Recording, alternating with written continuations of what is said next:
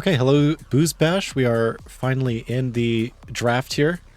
This is, of course, the Chemtech finals for Zaun versus Demacia. Both these teams playing really well this season. Demacia obviously looking like a commanding favorite coming into this game here, while Zaun able to perform very, very well in their last game, landing some really big combos together, and it looks like their team fighting is on point. I think we will see most likely some concentration on mid picks here because both mid laners have been really good this whole tournament. Pondex is able to play a lot of assassin-y carries. And you also have Fudge, who I think is really consistent and plays a lot of off-brand picks, which can be annoying to deal with, especially for an assassin mid player. So I'm interested to see how both teams want to approach this game and how Zaun wants to take down Demacia, because Demacia has been looking insanely good, especially Scritch. Scritch has ran over most games that he's played in, keeping his tempo super high, and his ganks have been pretty high quality. Absolutely. And the first pick, Dr. Mundo, high prio in top lane. Mundo is a contested pick between Zaun and Demacia, where Kel will play the champion. But I think from here, Demacia should probably just decide what they want to pick for Kel. Or am I wrong? No, I'm not wrong. I guess someone else could be playing top if they're going to pick It could be a Gwen jungle for Scritch, I guess. But Gwen is not a Kel champ, so I will assume that's going jungle. Yeah, it could be like kind of a counter pick idea, but I think looking for it this early could be a bit scary too, since I think Mundo can still jungle. I believe his clear time is still right. pretty good, so maybe it's a Yeah, flex you're pick. right. Absolutely, yeah. I do think Scritch is also really good on a lot of these champions that have the option to full clear. So I think it could be a Gwen, and then maybe they move it to top if they don't like it in the jungle. And then I'm pretty sure that's going to be a Morgana mid. It's been really popular for a lot of these teams. I think that's a Gwen Shapiro support Morgana. That's one of his best picks. Caitlyn Lux, to the classic combination for Zaun here. We're gonna see Merrick on the Caitlyn, supported with I actually don't know who their support is.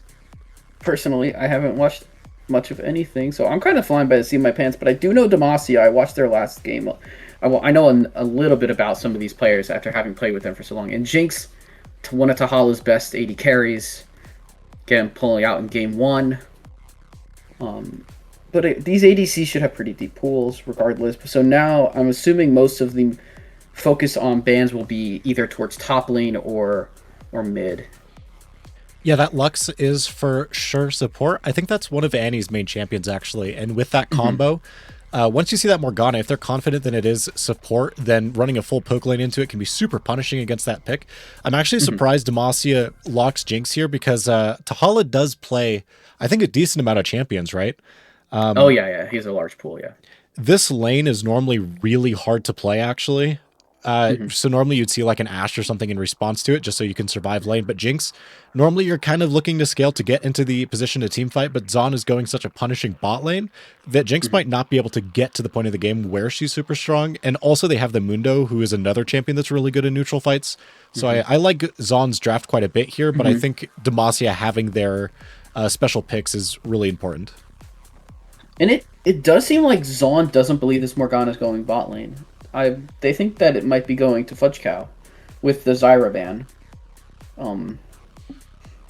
But from here, I would guess to see either tank and a little bit more AD.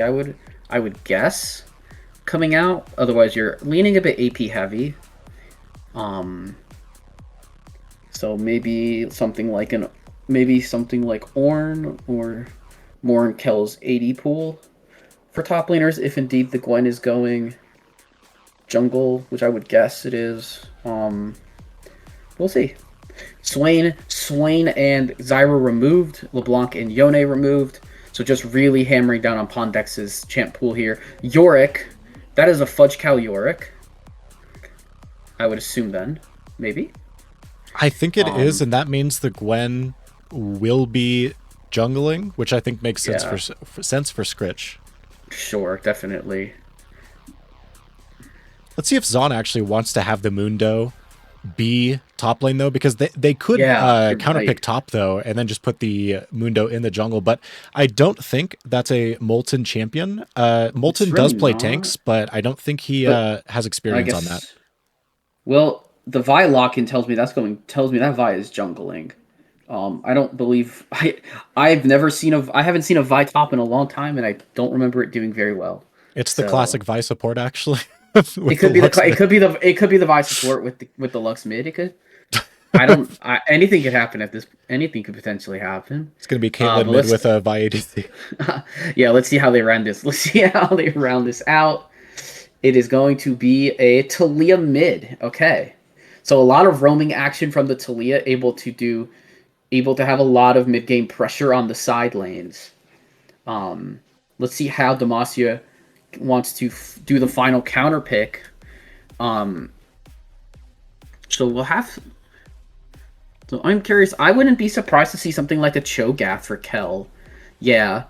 Um, this leaves this could potentially leave a considerable range advantage for Zaun. I'm assuming either the link bugged or it locked in completely, and the 7 seconds just stays on the screen. Yeah, the Cho'Gath is locked in, so it just stays on the timer for some reason. Gotcha. Okay. So I do like Zaun's comp. 4 of them are super good in neutral fights. Talia, Lux, and Caitlyn, good in long range. And Mundo is one of the tanks who actually can do something in neutral fights. A lot of them just can't do anything at all. And then Yeah. Demacia's comp, pretty good counter engage, but they don't have a lot of ways to get on teams. So I think their Yeah. weakness is if they're actually looking to engage or anything, or if they're at range, they might not be able to do a whole lot. Yeah. Zaun has a major bait pick here, though. I think with that Vi, if the Vi ever actually tries to engage, I think Demacia has an amazing counter engage, and Zaun might feel pressured to Yeah. back the Vi up. I also think Vi, like, thematically doesn't match with the team super well. If she ults anybody, they might just get black shielded, and even if they Yeah. don't, the only person you're really looking for is Jinx, and there's almost a 0% chance you're going to kill Jinx through that team. Agreed. I'm also going to be curious how Zaun decides to do laning in the mid game, where they assign the players to go between Caitlyn and Talia at least. So that'll be interesting to look out for. In general, the Jinx Morgana versus Kate Lux, you're absolutely correct with the difficulty of laning for the Jinx Morg. Tons of poke will come out, and we'll see how it plays out. The players are ready to get into the draft, which means we have some time before we actually get into game one. But it's awesome to see Fudge Cow's Yorick got banned quite a lot towards the end of the last series against Nazuma. And this is my first time seeing Scritch play as well. So because Merrick was a sub for Demacia in the last match. So good to see both teams with all their players in this finals. In my opinion, I would say that Scritch is probably one of the best playing or one of the best junglers so far. Even in like, I don't like maybe not in like every jungler overall in every bracket, but I think in relation to the other junglers, Scritch has been just phenomenal in Chemtech. Like I think he would be doing super good in Shimmer even. So I think that he has been looking like a commanding figure, to be honest. And Tahala also looking extremely good on ADC. And I think to kind of build on that too, they almost have every lane winning every game. So I think with all that combined, Demacia just looking really unstoppable 90% of the time. What Zaun is going for them, though, is even if Zaun is losing, their 5v5 team fights always look super good. And also, I think their mid-game skirmishing is pretty good as well. So maybe like a combo they're going to look for is Vitalia, because they do a reasonable amount of damage in the early game. They have CC, so they can find picks. Even on that Morgana, they might be able to kill her even through Black Shield. And if they take a 2v2 or a 3v3 in the jungle, I think Vi has the advantage. It's just that you need to be so decisive with Vi, and you need to know how to end out games for the pick to be good. And I think ending this game is going to be super hard against the wave clear that Jinx and Morgana have. And even Gwen's Q, just being able to essentially just spin a wave super heavily. Yeah, absolutely. And even the York. Might be able to do a Yeah, decent amount. for sure. The ghouls and the maiden just great wave clear there. Luckily, we Right. are getting through the draft reasonably quickly. Sometimes this takes longer than the actual draft. Gotcha. Yeah, this looks different than when I was last, where the individual players are drafting instead of just the top two players doing it. Yeah, Yeah. I. It is kind of difficult, I think, too. In because I really really wish that there was a way to draft in just this mode, because there's a lot of really cool plugins for League where you can make this look really fancy, but the problem is Yeah. it doesn't give you every champion and you can't switch positions that you're picking, so it's almost Yeah. unusable unless you're like in a local tournament where Yeah. it gives you every champion. Yeah, you're right.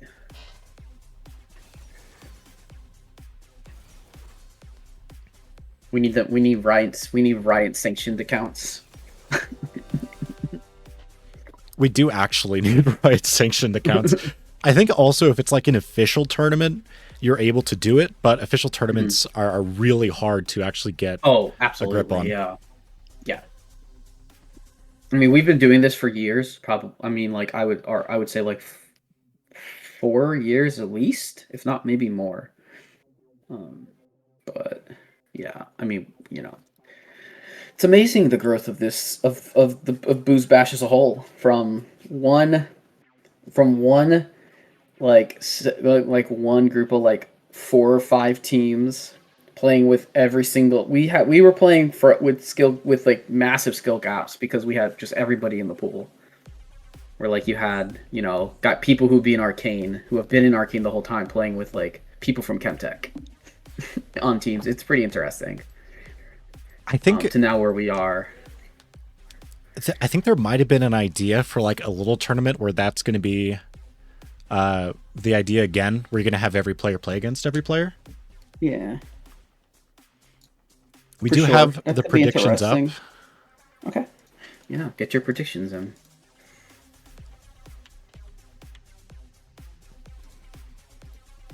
It's like Demacia already heavy favorites for this game, and it makes sense. They have been very very strong this season. Are they undefeated in terms of wins? They might be. I honestly don't know. I can do some investigative work. Going to Demacia is 4-0 was 4-0 with an 8-2. yeah, they're I don't know if that monstrous is team. And they didn't lose there, so they're like 5-0 and they're 11-3 because they won 3-1. So yeah, and Zaun coming in 4-1. So there's not that much difference in like overall in overall like standings. Like Zaun, really 2 of their game losses are to Demacia. And so they really have done super well outside of that. But they also have a lot of prep time going into this. Obviously, Demacia should have just as much, but I think against a team like Demacia, if you're really going out of your way to look for weaknesses, you'll probably find them. And then on the side of Zaun, like Demacia may go into this super overconfident, so they might not feel the need to be scouting quite as much as Zaun might feel pressure to. So maybe Zaun is going to look for any weakness that they see in the enemy team's play, or they just look at their own play and say, hey, let's just clean stuff up, let's just play for the 5v5, and then they can maybe take wins that way. Yeah, I think in Chemtech, I think the key will always be having good 5v5, like very solid team fighting. Sometimes you can have someone run over the game single-handedly, and from there it may not matter as much, but like good coordinated team fighting, and death balls with like Misfortune, Amumu, Seraphine type ultimates, like those work very well I mean, it would work well in a lot of the brackets, but especially down here, especially in Chemtech. I've learned from being in Chemtech for a long time. But neither team really having that type of team right here. Just Demacia with a really good like ability that they can protect Jinx pretty well. not let her get just jumped on by everybody, she'll be pretty good. I think Tahala will be able to do a lot of damage that way. I'm going to fast forward once we get in game here. We are Sure. loading in. Absolutely. Someone, I believe, still has a hard drive, though. Okay, I am fast forwarded as much as possible. Yep, 10, 11, 12, yeah. And my software is working. You love to see it. Oh, you do love to see it. All right, gonna get this zoomed out. Looks like we're going to actually see both like we're gonna teams see the deploying bot. Yeah, we're gonna see a little bit of level 1s from these teams. So actually, Demacia game 1 of any of their games, they all flashed over Dragon Wall to go for an early invade. Looks like they like this bot side. Yorick is not quite with the team. Oh, Caitlyn's gonna show, so they're gonna see that they know. So at this point, do they want to take the fight? Still, I would argue no. I think both teams are going to be a bit scared to walk in, and because Demacia is out of position yet, looks like they want to back up here. All right, I'm curious where these lane assignments go. The bot lane and the jungle all seem very obvious, but I wonder if we're going to see. I wonder how Rollock there doesn't. It seems like okay, it seems like nobody's going mid lane, which is a little bit interesting. Okay, yeah, Kel's gonna go mid. There we go. That does make sense. I think they've been flexing top laners for a lot of this season. Okay, so maybe they just like pick the matchup that they like the most and then rotate around that. I actually think Talia, though, is pretty good into Yorick. She's actually good into Cho'Gath as well. Oh, we're going to have an early skirmish here bot, actually. Doesn't really result in early trade of damage favoring Demacia a little bit. The double Luxie there and then with the auto, so it's just ended. Yeah, pretty even. It's a bit even now, yeah. So I think Talia feels really comfortable in this game, though, because she really likes Leandries, and playing into a melee like this, she's normally able to get her damage off pretty consistently. Yeah. Unless she, oh my god, he's playing so aggressive, actually. That is insane. But even once they get into lane against the Yorick, if the Talia wants to, she can just E the Yorick ghouls, and they actually get stopped by it. They get stunned by the dash that they have. I'm going to keep my focus on bot lane. Bot lane is like doing damage trades here and there. Morgana's throwing down W's a bit on cooldown. I would like to see a little less mana usage. But in general, looks like both junglers doing full clears. So pretty docile early game. First few levels, we'll see how things progress later. I think mid lane's looks like Talia's at least is actually trading health a little bit more than probably would like. Good damage down in bot. A really good Q from the Morg on the Lux. Yeah, Morg doing so much damage here in the early game. The base damage on that Q is pretty monstrous. And once you get low, her W starts doing more damage. So got to make sure you stay high health. But it looks like Molten is going to be bot side on this timer. 330. Pretty fast clear, actually, for Vi. And they may try to look for something down here. Although he spotted on a ward, he wants to take it out first. And Kel is getting... Oh, Kel has to flash mid. Might go down anyway, actually. It looks like he will. Barely able to survive so far. Flash auto from Ponexes gets the kill. Scritch is mid, though. Without flash or ghost, though, so Ponix is going to try to walk away. Should get taken down very shortly here by a Gwen Q. Yep, our E and a thing. So we're going to have a kill trade. Kill goes to the Gwen. That is a very good thing. Gwen takes top crab as Vi took bot side crab. Overall, yeah. If that W hits, I think for sure Pondexes gets away, but I think Gwen is one of those champions that has a really deceptive movement speed, especially early in the game. So I think that's the reason that didn't quite hit. And now Gwen able to get Blasting Wand and Amp Tome here. So the clear should be pretty fast, and I don't think Molten actually backed after first clear, so Gwen is probably going to be able to accelerate a lot faster here during the second clear. Oh yeah. Yeah, for sure. Vi didn't unless Vi's planning to take her back after this, and go bot and then do a bot and then start doing bot to top clears, um, then Vi, not maybe not in the best position overall, not having items. Looks like we're just gonna see a double full clear. Um, this could be an opportunity if the bot lane's gonna stay pushed out in the favor of Jinx and Morgana for them to start trying to set up to get vision down for the first dragon, because Vi's not going to be that strong comparatively to the Gwen. Cho'Gath taking a ton of damage. Talia doing a good job dodging the Qs from the Cho'Gath. Pondex is here early too. I think getting cryo on this timer is so important for making sure you don't lose this early dragon. Absolutely.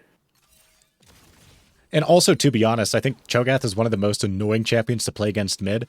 Kel is not going the mega annoying build that is Comet, and then I think you just like build early MR so you can survive lane, because you actually just win every trade you land Q. But Pondex is doing so much damage right here. Oh, but Pondex does have to deal with the Q, the level up.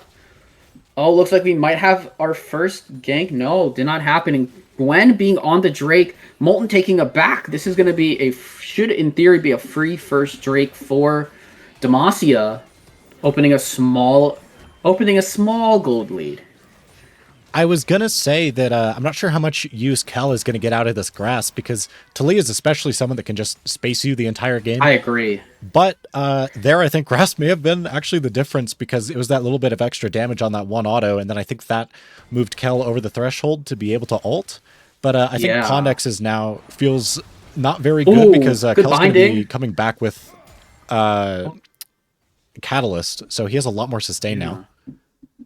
Oh, interesting. Scritch having teleport for his second summoner. I didn't notice that. So there's no Ghost or Flash for Gwen at all this game. Instead, going to be opting to play perhaps some more like Romy style. Okay, Vi is going to come in here. Jinx is going to step up too far, and that's going to be almost a death. Oh, that was almost a death. Jinx did use barrier, no flash burned. If Vi was 6, that would have been a kill regardless, but fortunately for Jinx, no 6. Interesting. I think that this bot lane might matter quite a bit here as the game goes on, especially if Merrick is able to get a kill. But I think the problem is, especially playing into Jinx, she is one of those champions that can just end up getting a bunch of kills.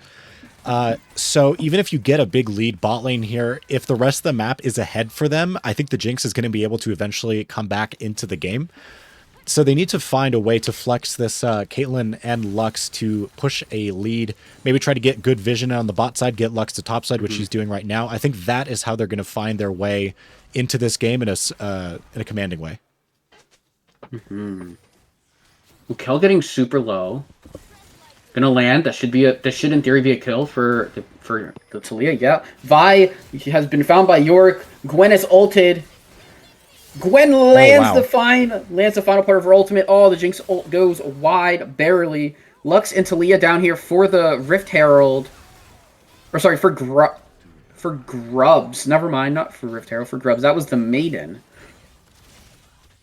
Yeah, the Maiden's auto attack range was really long there. Although Merrick could go down here, he's stuck with these traps against his back, gets hit by the snare, almost goes down, has to barrier. Probably has to recall now too. Yeah. Is this a common itemization for Caitlyn going for a early Dirk? Is that flash away from Gwen Shapiro. Doesn't eat the Vi ultimate, which means that she still has it, which means we can still see it here. That's going to be a kill for Molten to the Morgana. It's a good kill for Molten, but I'm a little bit worried now because they are going to lose all the tempo they had topside for this, and he might go down to the Jinx. He might not. Well, we'll see. Barely. Directed camera, man. Directed camera ruins all the fun. really, really scary there. Oh, kill! They're actually calling to run Everyone away. everyone backs out. I think they ran That's away because fine. Annie was here, but I don't think they had to know Molten wasn't topside. So I'm surprised they don't want to take the 3v3. They use a lot to get over the wall there, to be honest. Yeah. That could just be a call. That could just be a call from Scritch that I don't really want to fight, but he's very strong. He's got 2 kills, so it is a bit of a puzzle. Maybe a little bit of a baffling decision, but better safe than dead. Um, and so I don't blame them. Just that was 3. That was 2 flashes burned in the process of Cho'Gath and Yorick. So maybe Zaun can take advantage of that here, knowing that there's a bunch of flashes down to try and gain priority in mid lane at this point, because they're already starting to just lane the Jinx with the lane the Lux with the Talia and apply pressure onto mid lane. Interesting, interesting. I like that Zaun is also keeping their head in the game. They're still contesting things. I think that after the very early bit there where Scritch gets an early kill, it may be a bit demoralizing, but they haven't given up and they're still fighting over things. And they still are making plays on the map like we saw there with Molten bot side. But I think Scritch is one of these junglers where already he's getting ahead and he's really good at carrying these leads. Yeah, definitely. They were eyeing a dive, but Vi right there, Talia so mobile, would be able to Weaver's Wall all the way there so quickly. Kel taking a turret shot, Talia dodging there. This should in theory be a kill because there is no flash from the Cho. And Talia will have her ability so quickly. Oh, Flash misses completely. Gwen's here. This can be a return kill onto the... Oh, Kel probably could have just backed. Oh, is Tony going to be able to take down Scritch here? He shouldn't be able to, but that's a lot of damage coming out. He won't, because the Yorick's here. Kill goes to Scritch. He's 4-0 on the Gwen and has Nashor's plus boots. Jinx. Oh, but Vi's lurking. Morgana almost dead. Should just back a wave, but Vi's doing such a good job. Oh, no. Oh, did it? Little early on the W press. Jinx is caught here. Oh, wow. It just dies. Jinx gets popped by the Caitlyn crits. That is a huge pick there because they know that Gwen is mid, so they're able to apply pressure here on the map. And they know that Gwen just ran topside, so maybe they want to play for this bot turret. They can play for Dragon. They have a lot of things that they can potentially open with here. And I don't actually think that Demacia has a great option to do on the map here, because with Jinx dead, they don't really want to contest anything bot side, and there's not a whole lot going on top side. Yep, they're going to start with the Dragon right now. Kel getting hit by another ability, but that should be a return kill by Morgana onto Kate. Never mind! The Jinx ultimate, Super Mega Death Rocket, does take the KO. So Tahala getting his kill back. Which is a good little influx of gold. In fact, it's gonna probably allow for a full Yungtal to be bought. Kind of worst case scenario there for Merrick dying to the Jinx, but he is actually still up 400 gold, I think, from plates and a couple of minions. So coming back, he's going to be a little bit stronger with those finished boots. And Collector is going to be stronger on the earlier timer here. And because Annie is playing Lux, obviously going to be super good into that Morgana lane. So they still have an advantage, but this advantage is going to start quickly going away, especially once Jinx starts building Infinity Edge. She might just be stronger than Caitlyn. For sure. And Mundo's starting to roam around a little bit. Was probably looking to see where Yorick went, and Yorick just went to grab the extra red buff. Oh, Lux just throws out her ultimate because it has no cooldown at this point, or any point in the game. Yorick gonna get another plate.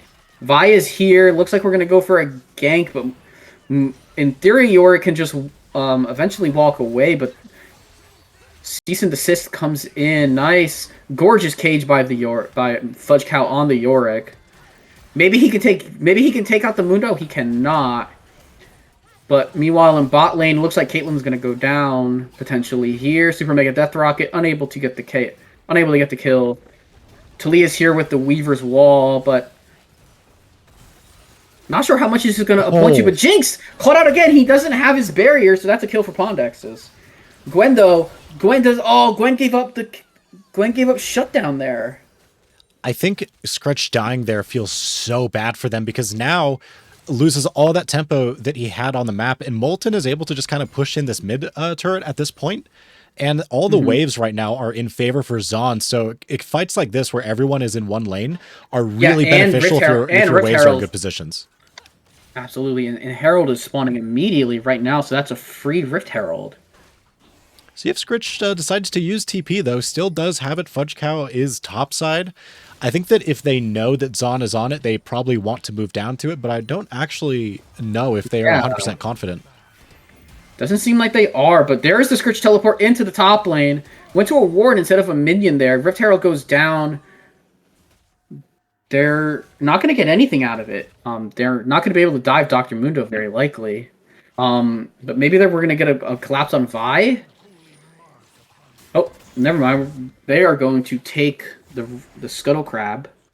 Looks like Scritch had the right idea. They knew that they were going to go do Rift Herald right there, but he was just a little bit late on that TP. I think that if Fudge Cow immediately walks down to it after getting Prio in that wave, then you're able to TP to one of his minions, and then you can for sure contest Rift Herald.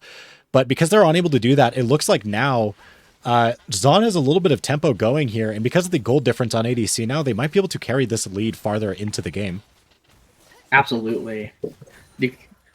Getting Jinx into the safety of mid lane is quite nice here. They are going to keep the Talia there and let the Caitlyn just stay bot lane against the Cho'Gath. But that might be a bad idea because Cho'Gath with the silence did not get Caitlyn into the range, but with one more combo would get Caitlyn into range of his execute. Oh, Morgana's in a bad spot. Had to flash. Talia's going to land the combo. Sitting Duck Morgana goes down. Talia's doing... Despite 4 deaths, has 5 kills. So staying in it very well. This looks like a kill for Yorick.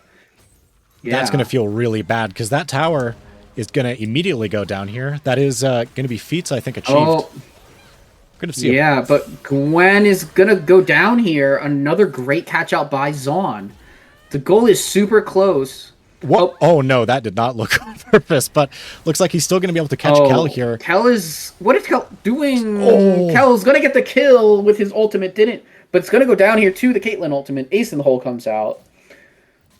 That'll be a lot of trades. Once Caitlyn finishes Infinity Edge here, she's going to be able to actually, I think, win almost all these mid-game fights. Because there's no one that can really match her, and Gwen doesn't have a great way to get on her because she doesn't have Flash or Ghost. Yeah. But Jinx, they're trading 2 tier 2s for 1 tier 1, it feels like. Jinx should be able to take this tower almost, not quite. So almost trading 2 towers. Looks like they're going to collapse onto Hala. He needs to get out of there yesterday. Oh my. Does get rooted. That's going to be the end of Jinx right here. And it's going to go to Dr. Mundo. And Merrick going to run away from Scritch. Scritch, again, without Ghost or Flash, just really no way to stop Caitlyn. I'm very surprised by this choice. I'm surprised by the TP choice. I don't know Jungle Gwen super well. I know Scritch does. With Yorick here, this should be a better fight. Yorick is quite strong after having just taken 2 tower by himself. I don't think he has a way to spawn ghouls, though. And this whole time, Zaun is just hitting mid-turret. Looks like they're going to try to go for Tony, but again, without Ghost, Gwen has really no way to catch people. Yeah. And now they can just turn around and they can just kill everybody here. Gwen's dead. Morgana's going to fall in short order. Tahala and Kel are walking down lane. Yorick is caught out on himself. He's in a bad spot. There's no cease and desist from the Vi yet, but that should be up in a few seconds. Cho'Gath should not really try for this, in my opinion. There's way too many people here. Cho'Gath is not going to trade anybody. I love how Zaun is playing right now. This is exactly what I mean, how you don't have to do anything a lot of the time to win games. You can just look for mistakes and then punish them. And it looks like that's what they're doing right now. Oh, that is unfortunate. That is a little bit of counter synergy, but they should be able to still take down Fudge Cow. Oh, it barely goes down there. Yeah. I really, really like what Zaun is going for here because, again, they see Demacia is posturing around Dragon and they want to start it, but if you're pushing mid, you don't really want to trade 1 Dragon for 2 towers. So all of a sudden, Demacia feels pressured to go mid, and Zaun just looks to punish. Jinx stole the dragon. That is a huge. That is actually pretty huge for the team. Now, and Scritch is going to come over here. Fi's just going to be right here, but it's just going to be able to queue right away. So only a camp stolen, no death. Gwen kind of in a bad spot, but just going to be able to run away from the Talia. I think this Gwen build... Oh, Scritch might be caught out. No, he will be able to get away. I think that this Gwen build is really good into a team of melees or just a team that needs to run into you. But if you're going, this teleport build, and he's also not building like Cosmic Drive or anything to help him go a little bit faster, and he doesn't and also his boots are just going to reduce the cooldown of teleport. So I think that he's going to have a lot of troubles actually getting onto Zaun, and they're doing a really good job of just not walking into him. So I don't actually know what Demacia plans to do in the team fights, because aside from a Morgana queue, they don't have a lot of ways to engage. Yeah, for sure. At this point, Otacon being up in the top lane will make it perhaps more priority because of the fact that that's where Baron spawns, and Baron's going to be a big deciding factor in this match. I'm not so sure about Drake's, but Fudge Cow, wow, so much lifesteal. He just got so much health back there. Kel is probably going to doesn't have his flash, is fully surrounded. Morgana's not going to really be able to get him out of anything. No black. I'm totally blanking on the name. Black Shield. Yeah, Black Shield. I think that I thought there was another fancy name for it in my head for some reason. But yeah, no Morgana Black Shield to bail Kel out to let him just walk away from everybody. But Violet was used in that process, so Violet won't really be able to do anything here. However, I don't really think that Fudge Cow's going to teleport up, but he's half health. This is not smart. Morgana caught out. This could be disastrous for Demacia. Demacia really has to play this smart. Jinx kind of showed, but they're all on the wrong side of the map. Because Caitlyn's so long range. Oh, Weaver Wall gonna cut everybody off. Yorick's gonna get caught out and probably killed here. Vi might also go down in the process. Jinx does get one kill. Gonna try and do more damage, but is just gonna fall into everybody else's damage and die to the Caitlyn. Teleport in from Kel with Gwen there, though, so that's not bad at all. Caitlyn's gonna go down.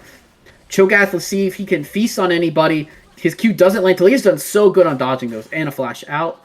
And a retreat in the process. Opening that whole sequence of events, it looked like Pondex has just got picked and nothing was going to be traded for it. But Zaun able to find a lot on the map just from that. Obviously, that fight didn't go exactly their way. Merrick did get shut down.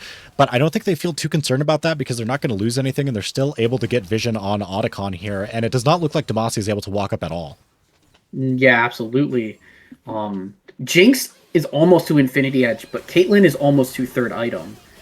Keeping up really well in farm, but Talia actually does get caught out here. So that does help relieve a little bit of the pressure for a small amount of time. Gwen's teleport is up, so if Gwen wants to go by and then get back on the map quickly, she can. And this is also what Scritch is super good at, right? He's so good at punishing these mistakes.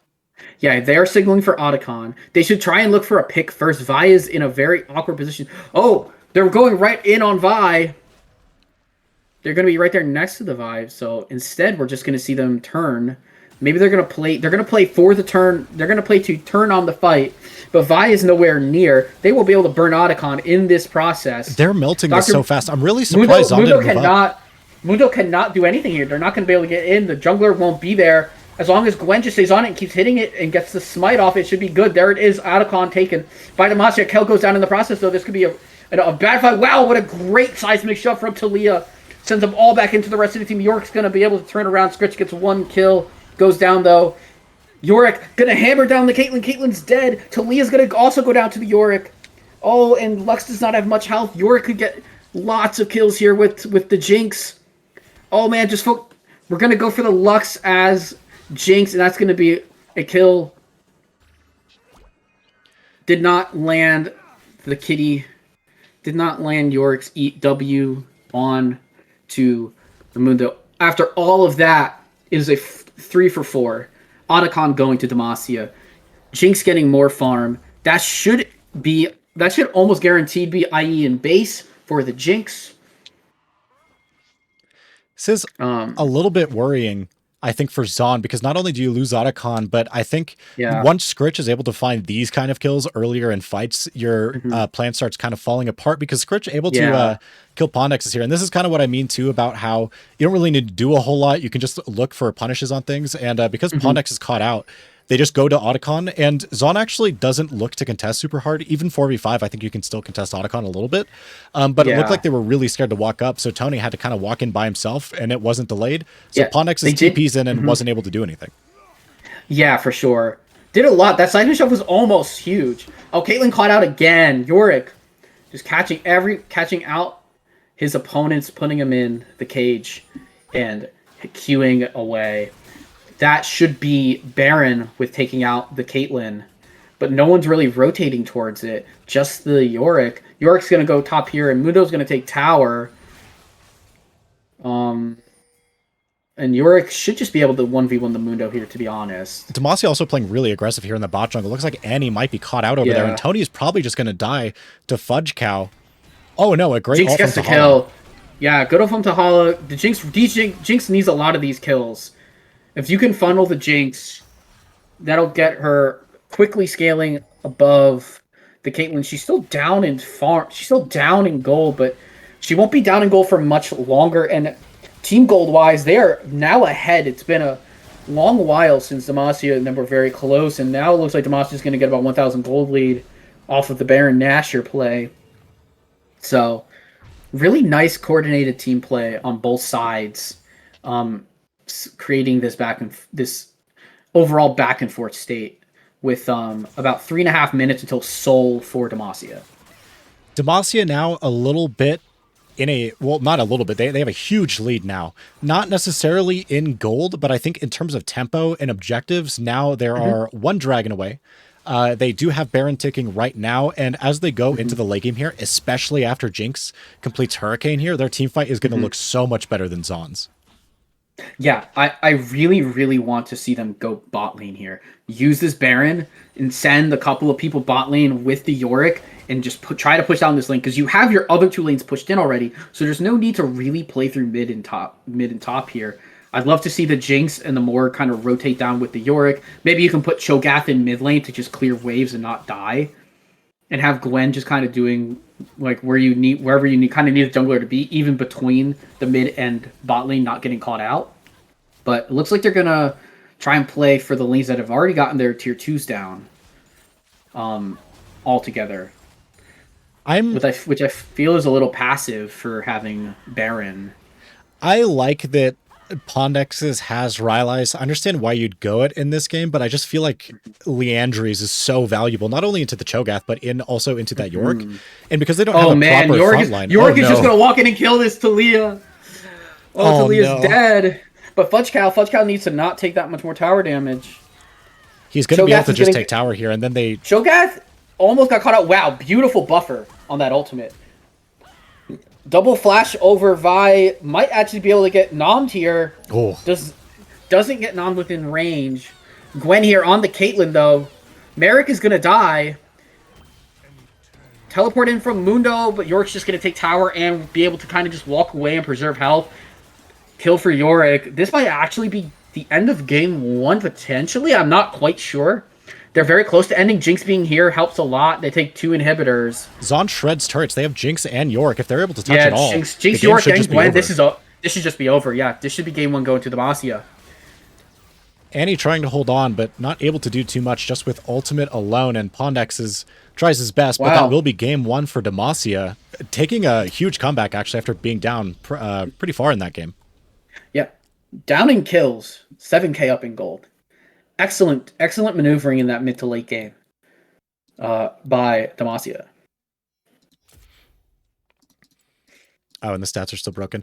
I think excellent mindset from Demacia there. Just keep playing standard, and then just find mistakes and play the rest of the game out. I think Zaun Yeah, getting a little bit cocky maybe in that game, doing just a little bit too much, and especially against Scritch. Scritch will take that little bit too much that you do, and he can just end the game with it. And that's kind of what we saw here. Just I think one or two mistakes, and the game looked kind of over. And Demacia able to really slide the game out. But also Fudge, I think, finding such good picks in the mid game that they were kind of able to just end off of those picks, to be honest. absolutely. Yeah. I am going to be right back super fast before we get into the next game here. Sounds good. I will open up the draft just in case they go into it. Okay, I will return shortly. Okay. All right, everyone. I also am going to take a small break myself to go use the restroom, and then hopefully Elation and I will both be back some point during the draft.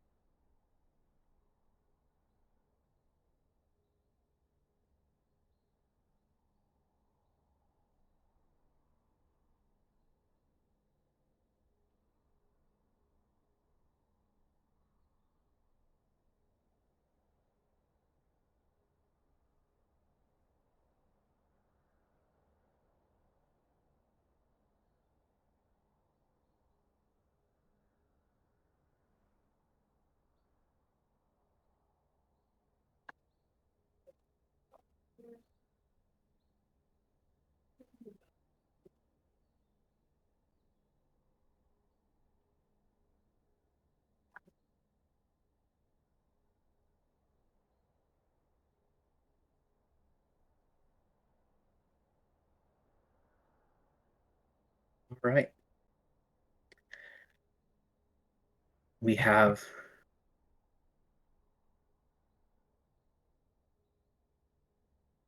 match 2 coming up. I have nothing from this chat so far. Just kind of waiting for side selections and for the draft. Um,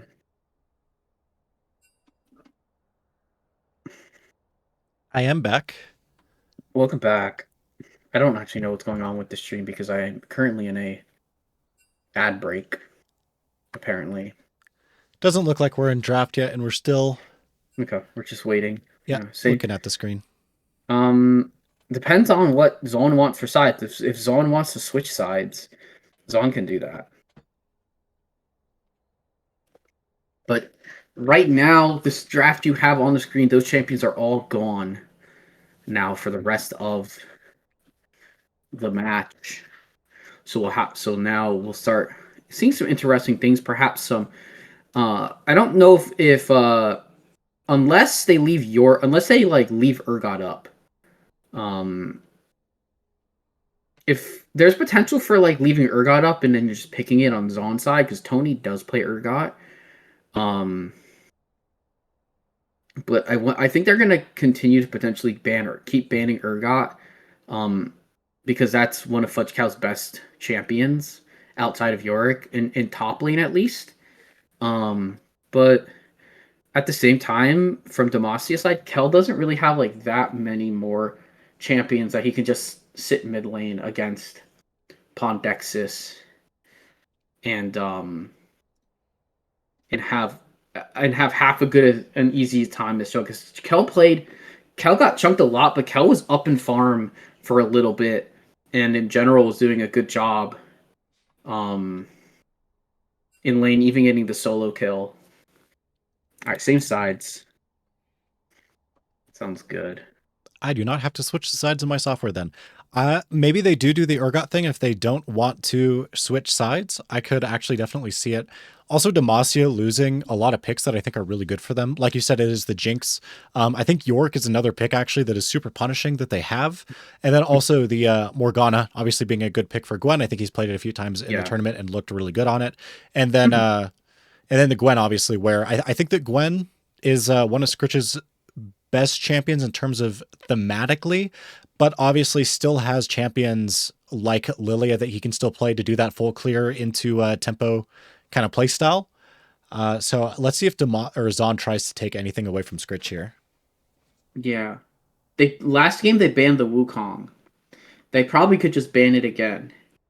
Um Also, I now I get to know that Molten is the jungler for Zaun because in the last draft I was assuming that Molten was their top laner because he's just like one of the best. He's just like a very high end top laner in general for Chemtech.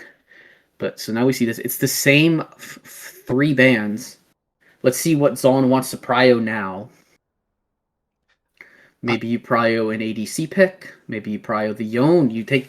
They're just gonna blind the Yone, which could be severely punished by if Fudge Cow has a good pick into it. Um, so Pondex is just wanting to play his best one of his best champions early, taking it in the early phase of the draft.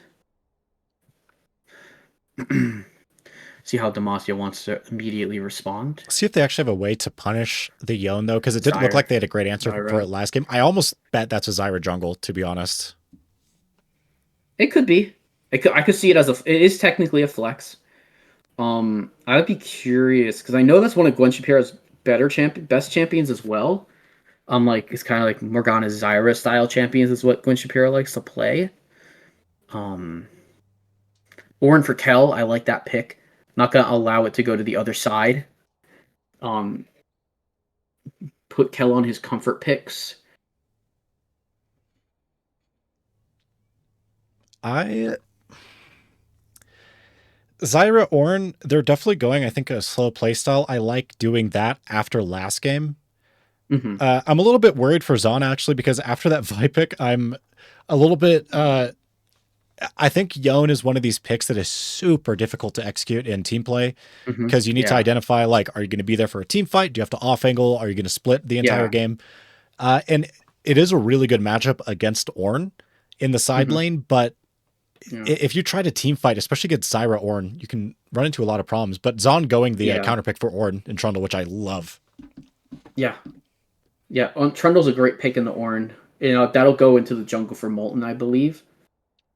If I had to guess, it technically could go top lane, but I don't think Trundle is that great of a top laner currently. And there's the Olaf, so they're really going to try and focus on making Kel's life a bit miserable. But this tells me that they might even want to pick like a mage. They might even want to pick something like a mage bot laner, like a Ziggs. Like a Ziggs for Merrick. Something like a Ziggs Leona bot lane. Um, because there's no AP on this team currently. So otherwise Orn will just be able to stack armor items, and eventually he won't die. Yeah, this is So also a bit concerning to me when you see these three champions locked because all three of them Yes, they're They hit super the good at run. skirmishing, good at 1v1s, but They, they don't have engages, and all of them rely on engages. So you're going to have to like yeah. lock something for Zaun later on that gives you an Mm-hmm. engage, but also they Mm-hmm. need to lock AP, and normally those two things don't get along super well in the bot lane. Yeah. Smolder gonna get taken away from Tahala. That's one of his best champions. He had a 906 performance, I believe, in the last round. And Tristana, so double bans on Tahala. Just gonna put him a little bit down in his pool. I could see Tahala even saying like, "Hey, I could play Sivir this game. This is not going to be a good Yunara game. It's just not. I don't think she's mobile. I don't think she has like quite the mobility against the Yone Trundle Olaf. So something a bit safer potentially coming out here. Gonna be Vayne. Okay, yeah, Vayne works really good into these champions. Lots of good mobility. And even chase down potential when they realize they have messed up. So that's a Vayne for Tahala in the bot lane. Let's see how we want to respond. These last picks for Zaun, I think, are really going to make or break their comp. For Demacia, Yeah, I honestly like. I understand Diana, super good for Scritch in terms of like full clearing and yeah. everything, can get 11 CS a minute, but Akali. ooh, Merrick's gonna play Akali in the bot lane. I am so confused by this.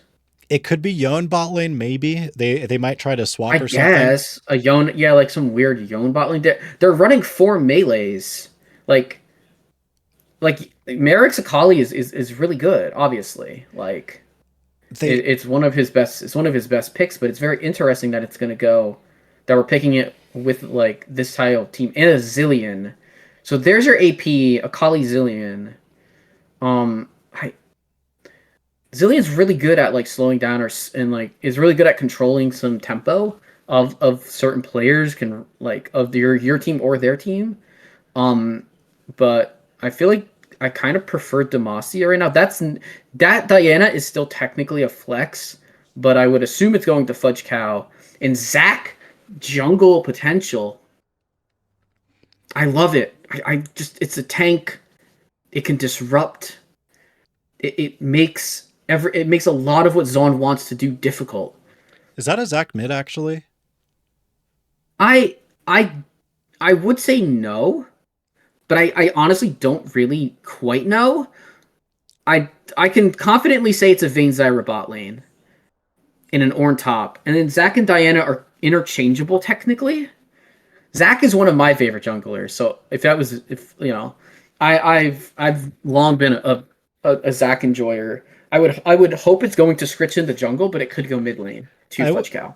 the reason I don't think it's jungle is well, Scritch has played Diana, but obviously you can flex the Diana. The thing about Zac, though, is that if you're picking jungle on 5 here, I think Jarvan, if you're going to just play like the best pick here, I think Jarvan is like so disgustingly strong into Olaf and Trundle. And then also it's True, pretty good into the I Zillion agree. and Yone.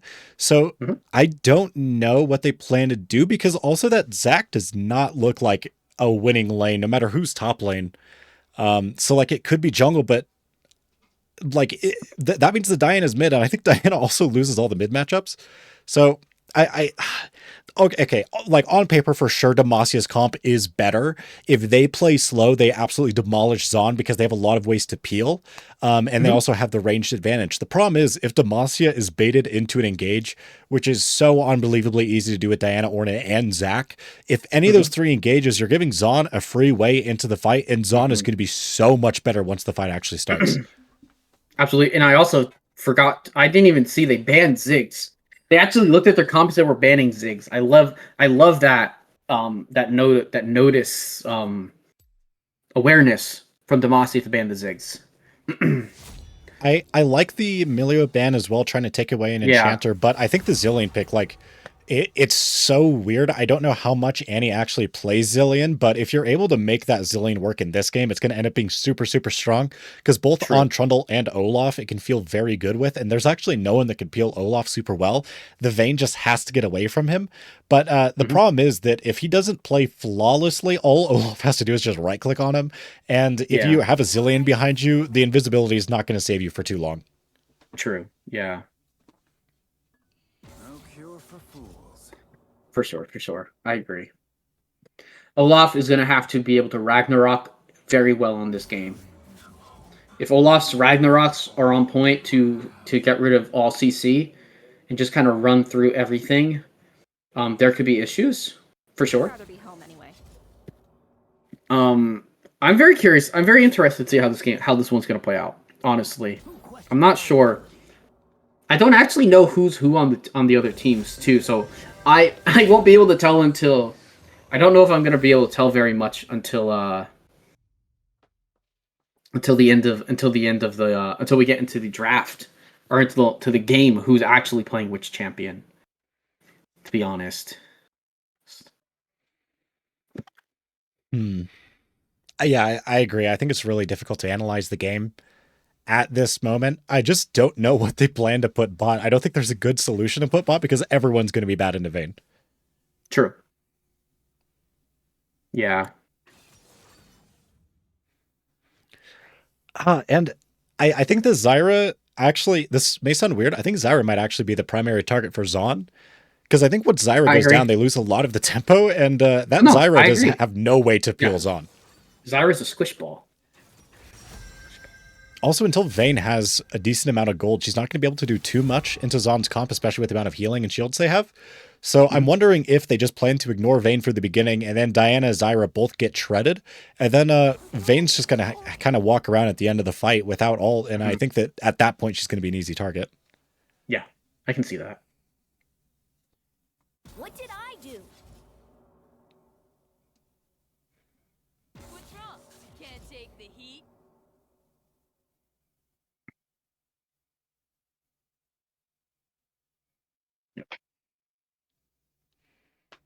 Let me get in there.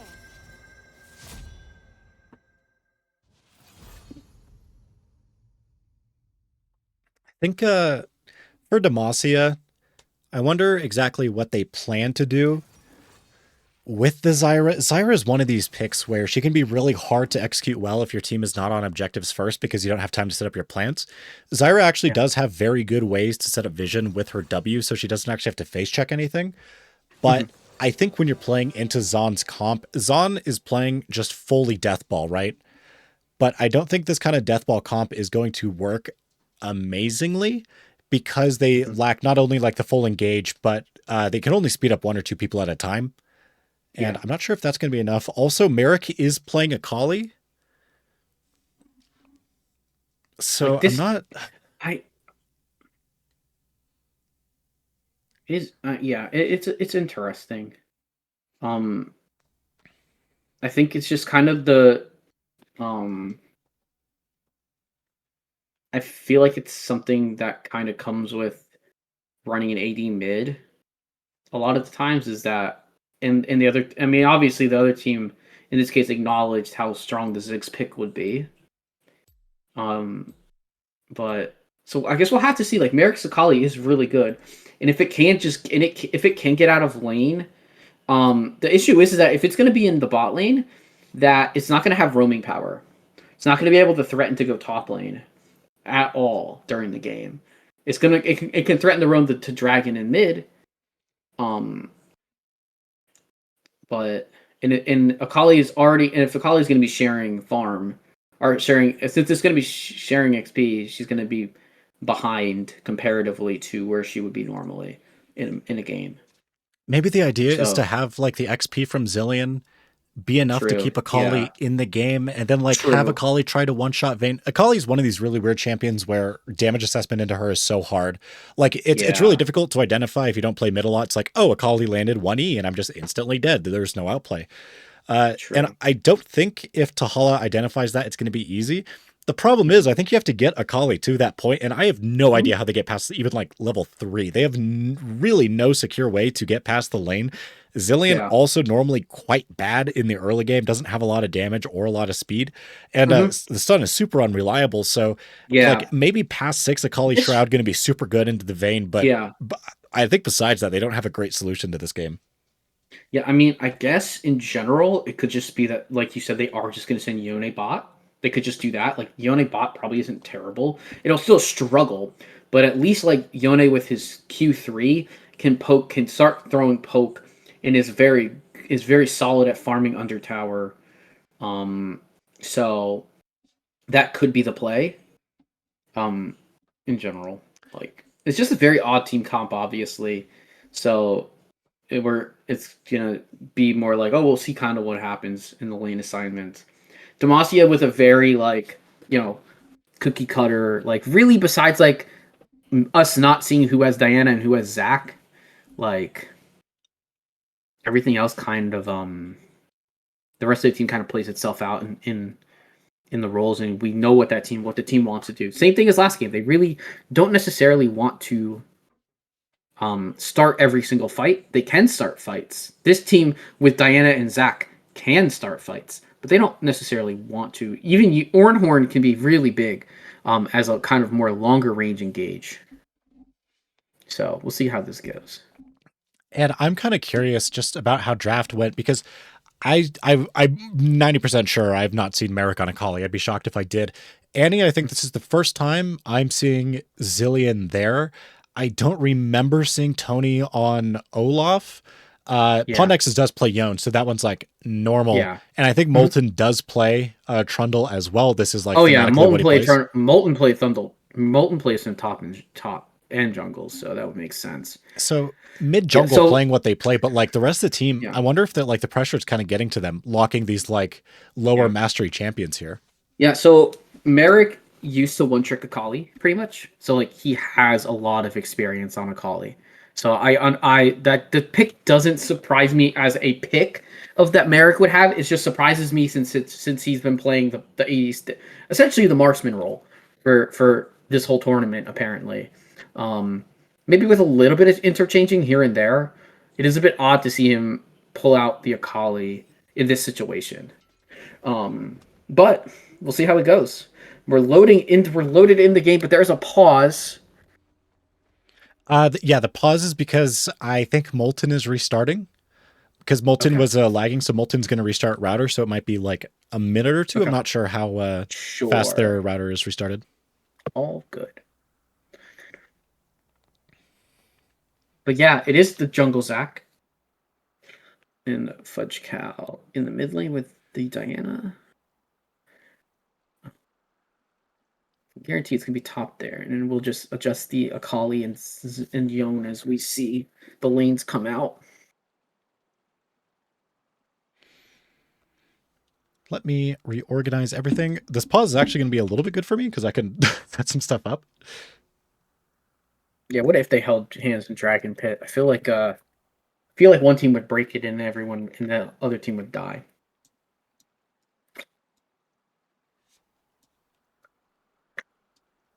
Wait, who's Hmm? Okay, it is Diana mid. Wait, they chose to go Diana into Yon. I know Diana's good into things like Zed, but Yon does not seem like one of those that would be insane. But like, I could be wrong because obviously she's good into some melees. It might also just be champ pool things where like, I mean, I don't really think Fudge Cow plays Zac per se, so like it makes sense. Like Scritch might just be a better Zac, might just be the Zac player. So yeah, I mean, I agree. I don't think I've actually ever played Diana versus Yone as a matchup, so I'm sure you have more insights on that. But it definitely seems that would be more difficult for Diana. She has to be very careful of dodging Q3s and stuff like that. So Yon is one of these champions that is really weird. Why did my stuff get sorted that way? That is weird. He's one of these.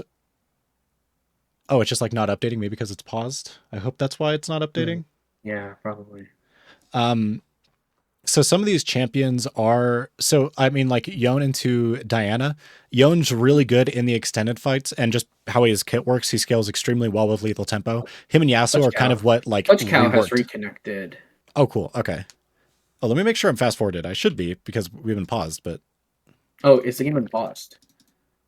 no, it's not on pause yet. I was just hoping I could fast forward if I was behind, but I don't think I am. I think I just loaded it on the exact right timing. I'll have to fast forward though once it's on pause just to make sure that I'm on the right timing. Yeah, I will as well. So yeah, I'm only at 3 seconds. I think that's where they paused. the It was like The extended fight, though, is really good for Yone, just because how his kit scales with attack speed and lethal Yeah. tempo. So into a Diana, he should be good if the fight lasts a decent amount of time. And in short trades, once he has E, he should also be able to win.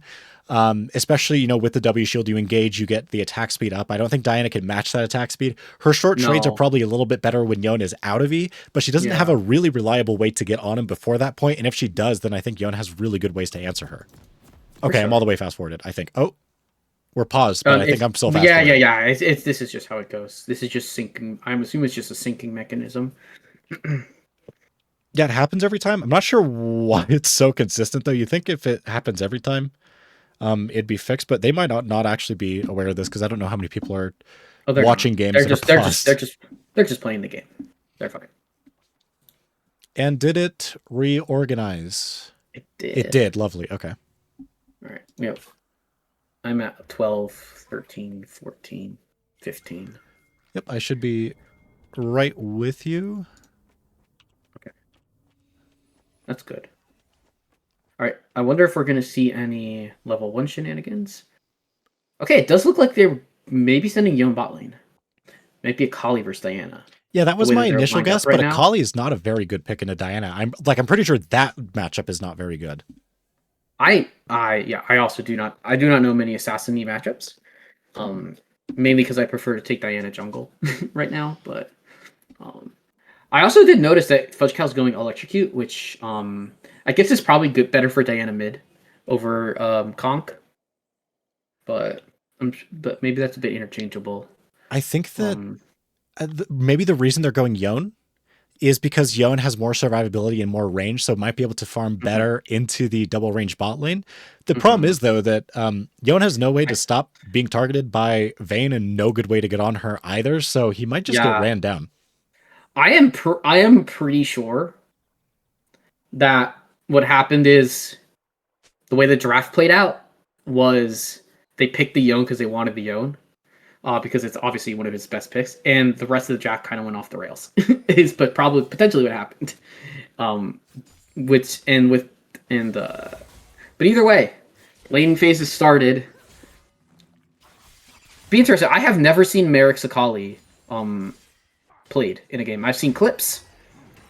I've seen past performances, but never in a live game. So Olaf doing great against the Ornn. Kel not respecting the Ornn at all, the Olaf at all there. Gonna be forced needs to just recognize that he probably just needs to sit under tower for now. So so both mid and top right now losing for Demacia. Because Fudge Cow also lost a potion already and is just even in health, which is kind of a big deal, I think, for this kind of mid matchup. I think I understand the bot lane matchup now, though. I think once they are past level 4 or 5, Zilean just speeds up Yone and Yone just ease in. I think that's probably the idea. Yeah. I also am wondering just if Tahala wants to play a slower lane phase and just kind of be more safe. And just take trades when they're there. Oh, but Diana all in already. Zach's coming in, and it. Vayne's so close. Vayne throws. All right. Vayne's just gonna go for the Zilean here. That should be not first blood, probably. Maybe though. We're chasing so deep. We're so deep. We are stunned, and nothing's happened. I will say it is. I didn't realize this. Pondex has decided to go Dorn's Blade instead of Dorn Shield, so it can get poked down really easily by this range bot lane, and kind of exactly what I was afraid was going to happen there in the bot lane.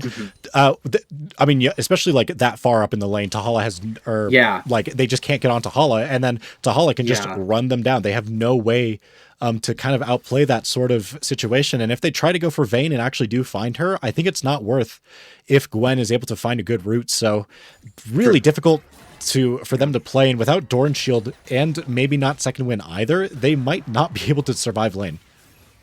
Really good trade by Kel there on the Ornn. Kel able to, I think if he's able to survive top, given how mid went a little bit earlier there, and how bot is going, I would be pretty worried for Zaun because they might not really have a way to win. They're just running a super death ball-y comp with no way to actually initiate fights. Oh, nice. Yeah, Diana should just be using those free E's occasionally if Merrick's gonna play right next to the Diana in a safe manner, for a few more levels. Yep, there's the Zillion XP getting Yone to level 4. Merrick also needs to be really careful mid, because if he keeps pushing in the wave like this, then he's not going to be able to extend any fight against Diana, which definitely. like you might not want to do normally, but in this matchup you need to get your Qs and autos out. But he's going to get ganked here. Q comes in. That could be first blood. Might not happen. I don't know. The directed camera is just everywhere, all at once. It's being as unhelpful as possible. There are skirmishes everywhere going on in this game. Merrick is super low, does not have teleport back at this point, so might be in a bad position right now against the Diana. Scritch doing a great job getting ganks down for his team. I do looks like we're paying a visit top lane potentially here, but if Kel. I think Cal might want to take a reset here soon, just even when the way is even, because he has that. They're going to get Drake here, though. Molten first to the Drake. No contest. I think for everyone's Scritch, going to get spotted out, though. Playing a champion like this where you can't play super high tempo and you can't really carry team fights in the same way that you can on like Lily or Gwen.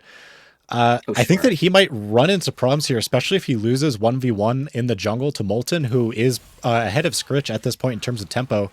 I think that Scritch might run into some problems here, honestly, because that means that they're relying really, really hard on laners to get ahead, which it does not look like Fudge Cow's going to make it over the wall. Though. Diana is going to be able to eat out of the way.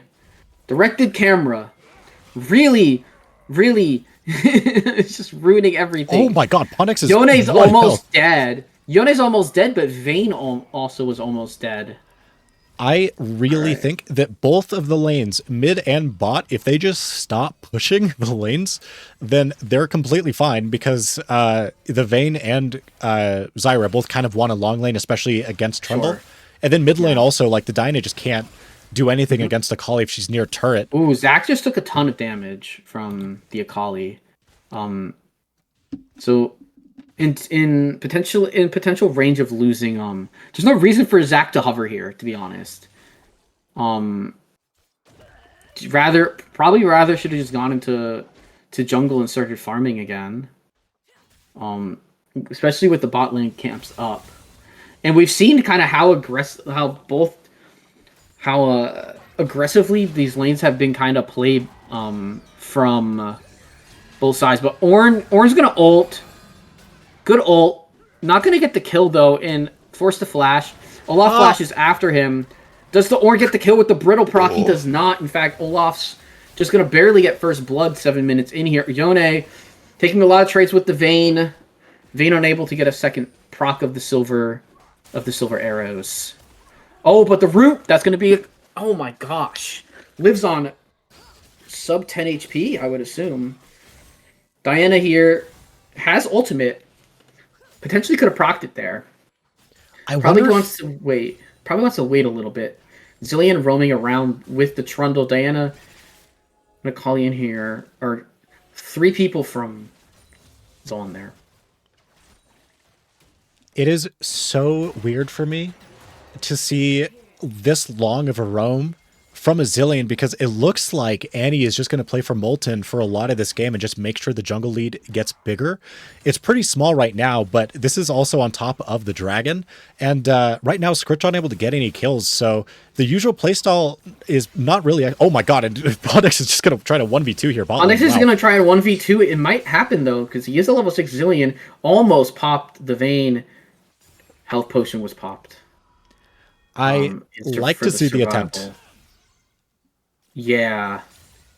Zyra being level 6, Vayne not being level 6, that would probably was, or Vayne not being level 6 was probably a big reason for going in. Diana not going to pop the ultimate yet. I would flash W here. Oh, yeah, flash ult, forces Merrick's flash. Merrick does get caught! Oh. That should, in theory, be a kill for Diana here. No! Didn't get the E up! No, there's just a trundle in your face. Diana didn't ult at all in that. Yone's gonna get caught though. Kill for Gwen Shapiro. Not where you want it necessarily, but you'll take it. Which gives Tahala more time to farm. And because Pondexes gets this wave in bot lane, this shouldn't actually matter too much either. So as far as with the cross map plays for Zaun, this feels a lot better for them, but they've actually lost their gold lead a little bit. Maybe that'll go back up here after the waves, but I think their waves for those plays were not very good, and Molten has not touched his jungle for a little bit here. Yeah, I mean, essentially, much of the gold lead, which is in top lane on the Olaf, is kind of balanced out by Gwen Shapiro being about the same amount up in the support role and Tahala's lead. So it's very interesting. The lead, it's obviously super close. Good gank from the Zac. Yone should go down here. Vayne will get the kill, but Trundle is here Trundle's here as well. But unlike last game where he was Vi, Molten can't just hide out and just queue over a wall. They all have to run at the team. Akali being sneaky, no vision. This has gotten so many people. Yeah, they went on to Zillion, but Akali got rooted. Very well played by Zyra. Zyra did a great job there, making sure Akali could not do anything to that team. I think that for them, though, getting out feels really good, because if Scritch finds anything on this timer, it feels pretty bad before Dragon, but because Annie is able to get out, she might be able to speed back fast enough. And yeah, Zac is trying to do Drake. I think this is a bad call from Scritch. I believe he's just going to have to jump out here. If I am being honest, Kel might die here too on this timer. Kel will go down. Oh, Ornn missing. Zac's gonna have his passive popped on this timer. Zyra is not gonna be able to protect the Zac. Vayne might. Oh, they just need to protect it. Oh. Okay, Scritch does not die. That is very strong. And Vayne gets a kill on Yone. So Drake now is free. Zillion cannot contest. They do know where Zillion is now, though, as well. I think they just played that a little bit too aggressively without Annie there. If they wait a little bit longer, she would have been there. Yeah, and then she can pull her ultimate on somebody, and that could turn the fight immensely.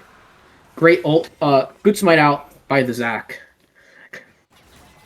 And now the gold leads in mid and bot are going to grow. I think the Yone really cannot survive 1v2 in this lane. I think you need someone there to help. Absolutely. And Zac, I think Zac's like...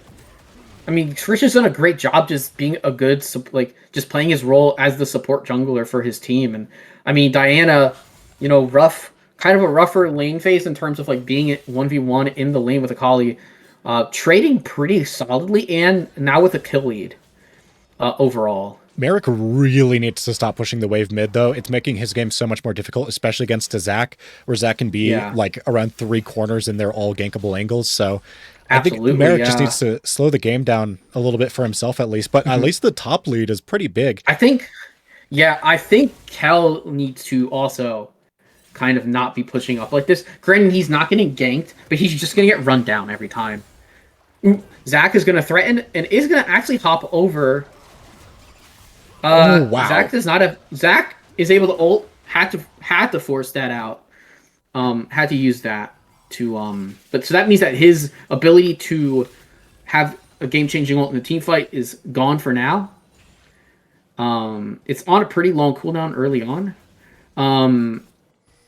Again, I'm not sure. I don't know why he's standing here. To be honest, he's losing tempo, not going to his top side, or not backing for his health. He doesn't really need to soak the XP, or anything like that. So.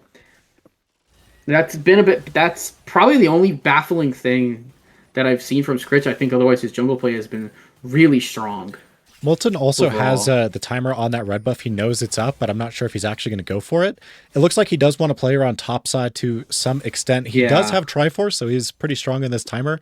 I think the problem, though, is that they kind of need to get Merrick to be there, because already you're seeing a lot of armor being built for Demacia, so if Merrick's not there for a fight, I don't know if they actually want to take anything. For sure. I think one thing that will be good, and I mean, kill for Fudge Cow, but Zac also being found out here. Trundle does not have flash. Zac gets out, but Diana's here also to contest. Does he have the smite? He didn't. Who got that? I guess it was Zac, or I guess it was the Trundle. Yeah, Zac Trundle still hopped got it. in. Why did Zac hopping in is a bit of a fumbling? Not, I wouldn't say like not a terrible decision, but now Olaf in a situation where he could just go and could have cleaned everything up, but he is 4-0. This Olaf is huge. Yeah, no teleport either to match this top push here, and Olaf is pretty good at taking turrets. Molten got the red buff, so he got the gold for it, even though he lost it later, but also he was able to get that kill later onto Scritch as well. So I think pretty good for them overall. Ooh, Yon ult dodged. So Vayne's just going to be able to kind of walk out here. Yeah. A Hollow with the fancy feet. I think Pondexes kind of just needs to know the role in this game as well. I think you're just trying to survive this lane. I don't think you're trying to get kills. Although Tahala just ulting thinks he can kill Annie, but Annie still has ultimate and exhaust and flash, so I don't think that one was ever going to happen. Yeah, for sure. I don't like that ult usage. I mean, just going for a couple of pokes would have been absolutely fine. And now, if anything... Well, Zac's going to be here. Zac is here, but they do have vision on him. Does Yon back away in time? I don't think he backs away in time. QQ. Ultimate comes out. I think you focus Zilean early. Focus Zilean right away. Make sure that Zilean uses the ultimate on himself. Don't wait it out, though. Wow. You shouldn't have... I think they should have just gone for Yon. Yeah, like, absolutely. they could have just let Zilean... They could have just let Zilean walk, but nonetheless, Yon is still in a rather precarious position. Zyra wrapping around. Going to be forced to go towards mid lane, where Diana is going to find him. And I would like to see this go on to Diana of all characters here, but it might not be possible. Also, I just think that if you just kill Zilean before... Diana gets it. You could just kill Zilean before he gets away, and then he only respawns with like 300 health at around this point. Yeah. It's normally the AP ratios and the levels on ult that will give you more health, so I think they could have just killed both of them super quickly there. But because they take so long to do both these things, I think that Zaun is probably able to get some stuff on the map during that time, so it doesn't feel that bad for them. Potentially, yeah, but it didn't look like they... it looks like it was more just allowing Trundle to get back out on the map. On the bot side. Drake is up now. Teleport in from Merrick on a flank ward. Gwen Shapiro is going to go down here. Zilean also might go down here, but Redemption was used only on one thing. Trundle is dead. Vayne to follow. Huge pickup.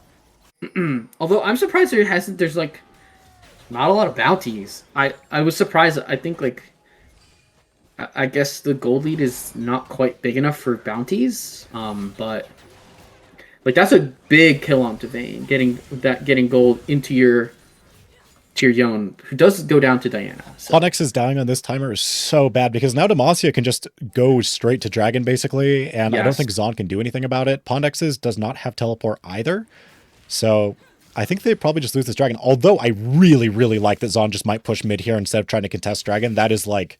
I think that's really, really showing that they're not just going to mirror everything that Demacia does. True. I also think they've made it past the hardest part in the game. I think that laning was always going to be the worst part for them. But Pondex really needs to get into the game. I think he just needs to calm down, just hit minions, get farm up, and then start side laning later. I think he feels the need right now to play really quick. And because of that, I think Tahala's lead is getting bigger and bigger. And I think once that Vayne becomes a monster... I don't think they have a great way to kill him if the Vayne just builds a bunch of survivability later in the game. The only way to kill Vayne is going to be Olaf, in my opinion. Yeah, or like ridiculous mechanical play from Yon or Akali, but I just don't think it's super reliable. And I think once Yon is in the side lane, like right now, because he is pretty far behind, I don't think he can actually match anyone, so he has to play pretty far back, and so I don't think his tempo is going to be on the same page as his team's. Yeah, he's going to have to rely on taking Krugs and catching the waves for right now. And also, and as long as on Demacia's side, for whoever's going to contest that bot lane, they need to just not overextend, because Yone is a type of champion. Once he gets his first item here, probably on back, he could potentially start doing a little bit more damage. So we have Diana hovering mid, probably now looking to go back to bot. Ornn is just gonna get run down again. Ornn going for the Ornn horn, but Ragnarok using Tony. Tony's getting a lot of gold. Also, Demacia has no idea where Trundle is right now. They had 3 people just walk past him to try to go help top, but top goes down anyway, and now they're able to get this mid play. Oh, and a great pillar from Molten, not letting Scritch save the turret. That's a good pillar, but I feel like it puts Trundle in a bad position because Zac is now there, and Zac would have been in mid lane probably with the trajectory of his ultimate. However, now we're gonna see Diana in a 1v2 against Yone and nice flash into Zillion. Oof. Zillion ultimate is popped. Yone does spawn with about half HP. Otacon spawns. Diana has nothing left here, so definitely just wants to walk away. So Zaun does get the mid turret. No. So they are only 1 fight from And they winning got the game top tier technically. too. And by the way, they got top tier too. So Yeah, they do get a decent amount here. What I really Yeah. don't like from them that I saw in that play, though, is that, they see Demacia go topside for that, right? And Demacia doesn't have the warding to see Molten there. I think that if they just let Molten stop Scritch from doing that, but they still hover mid, it's really good for them. But because they leave mid and then also don't really fully commit to bot, they're not able to get too much on the map. And I think because of that, they're going to lose Otacon here. Yeah, and Otacon's a pretty important objective. Gwen Shapiro definitely in the correct spot to stop them. That's Oh my god. That's crazy. Early smite from Zac. Otacon goes to Zaun. And now Vayne's gonna feel Trundle. Vayne's gonna get killed by Trundle. 7-0 Trundle, 600 gold bounty. So when he does, I have no doubt that they'll eventually go down. Oh no, Kel teleported No into way his Kel own kills anybody. dad. Definitely want to give this to somebody else. Goes to Merrick. That's a good kill on the Akali. I think that for this sure. just game got so much harder because, Scritch trying to Scritch do so much didn't- on the map. Scritch maybe wasn't able. Maybe something happened where he wasn't able to actually smite because he's thinking that he has smite ready. So it seems like he might have thought he smited and he didn't. So either way, this is a huge swing of gold, and now it's a 5,000, almost a 5,000 gold lead. 6,000, almost a 6K gold lead now for Zaun. Huge part of that just being on Tony too. Tony taking a bunch of solo kills top, getting both turrets, and then running bot. But it looks like Scritch is trying to shut down Zaun on the back end of this fight. It's gonna work. It's probably gonna work. Olaf is huge, but Vayne now can kill the Olaf here. Oh, we hope. Okay, yes, he is able to kill That the is Olaf. now that's a 700 bounty, but Vayne caught in the Yone ult. Fate was reaped. Oh, great knockup from the Ornn, and now Zillion just gets run down here by Vayne. Dodge the bomb. Great job by Tahala. Good response from Demacia. An overextension. I thought Scritch went in a bit too early there, but it worked out. So that's an ace and drag. That's an ace with Dragon up in 40 seconds. So that should be free. That should be free. Honestly, Scritch is going to spawn, but Molten will also spawn. So there will maybe be a contest on the Drake, but a big gold swing, cutting the lead down to 3,000 for Zaun. this does feel a bit like last game, to be honest, where Zaun is doing a little bit too much after fights, and this is almost exactly the same time in the game too. This is a risky Yone teleport. They're going to be looking to long con the Vayne with the Yone there, but Vayne's going to dodge everybody, and Yone can just get bolted away. Yone gets put into the wall and instantly killed by Vayne. Zyra is probably going to die here. Vayne just walking around, but Olaf is here. Can Vayne orb block them? He can't. Tahala unable to do that. Diana probably gonna get run down here. I don't think that anybody can kill this Olaf unless it's a team effort, which means that Zaun is immediately, once again, gonna feel the power of the Olaf. He's still got 10 kills. He's still far and away 1,000 gold above them, and now the lead hasn't ballooned super hard back. But that's a really good play, and the Drakes are evened up at this point. To the point, in my opinion, where this game kind of becomes more about Barons than the Drakes. I think Zaun has done a really good job of recovering after that play. I think that they had really good ideas, but almost losing Otacon and stuff is a little bit farther than you want to go because again, that was where Demacia kind of won last game. But because they're able to barely steal Otacon and they actually are able to win that last fight as well, which I think was like a little bit coin flippy, that did not look guaranteed at all. I think those two plays kind of make the game feel a lot better. But if they keep overextending plays like they did earlier and like they did last game, I think that the game could still be up in the air. Yeah, and ornaments will start coming out now, which will give Demacia a lot of extra power. We see the first one going on to the Vayne with the ornament ruined king. Yeah. So really, Kel at this point just needs to keep leveling up and keep giving his team the ornaments. And this team will Demacia will have just that extra gold value just from having their top laner leveling up. They need to be careful, though, because once Tahala actually finishes Jack Show, which he's not building next, I don't know what he's building, maybe a Guardian Angel or something. Once he starts building tanky, though, he's going to be basically unkillable, especially in invisibility. Olaf is baiting a lot of CC and just going to Ragnarok it out. Oh, is popped. Zac is going to go in. Zac is going to ult potentially here. Yeah. Diana goes into stasis. Yone goes down. Trundle is here, Akali is here. This is still going to be a very good fight for Tahala. Ornn hasn't even shown up until now. Pops a zillion, doesn't go after Merrick, and Merrick is able to kill the Vayne. Oh, Kel, you didn't focus the Akali that was killing your team. Yeah, that's a bit unfortunate. That's the bait. To be honest. If Demacia plays that fight really slow and just focuses on Peel, they still will catch basically everyone on Zaun just because they have a lot of slows and stuff. But because they try to engage, that means that the Akali and the Trundle and the Olaf, and I think in that fight, actually, a big part of that was Yone actually being able to find some damage on the back line. Sure, absolutely. Once they find all that, the fight looks much better for them than it should have. But Zaun also needs to be really careful taking fights where they're down in numbers because that's kind of what they've been doing. Ornn has no MR. Ornn has no MR. Oh. Ornn is going to take so much damage from this Akali. I've noticed both games that Kel has not built at all like in a bit of an even manner. No MR, like no armor last game, no MR this game. Kel also needs to be careful with that build because he's just going to give Molten 10 billion armor, which even though like Vayne does true damage, building armor into Vayne is still a pretty good idea. And if Vayne is unable to actually kill Trundle, then they could be in deep water, I think. For sure. I do think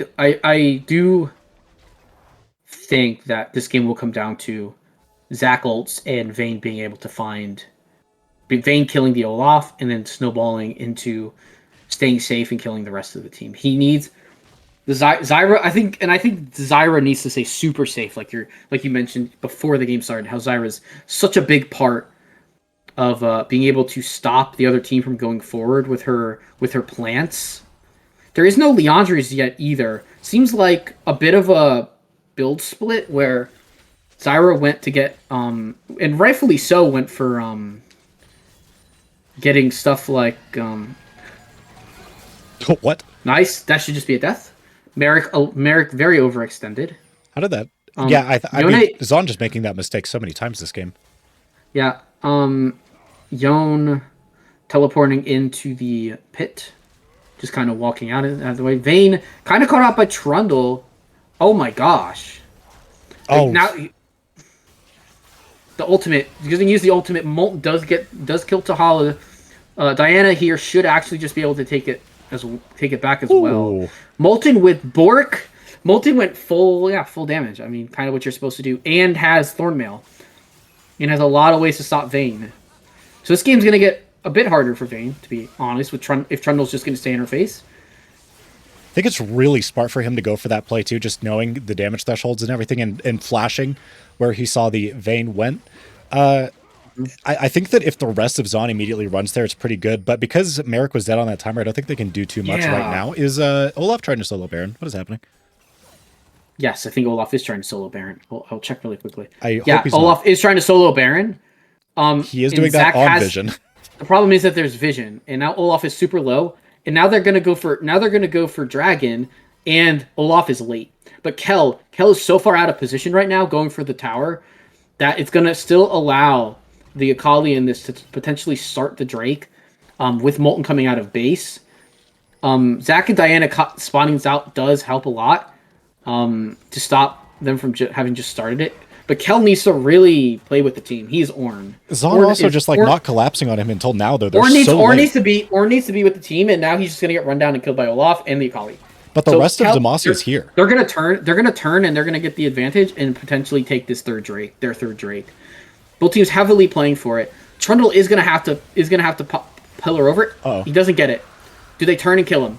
He does get put into the wall, but he doesn't get. Oh, Diana didn't get the damage. Diana dies. Vayne has to really play well here.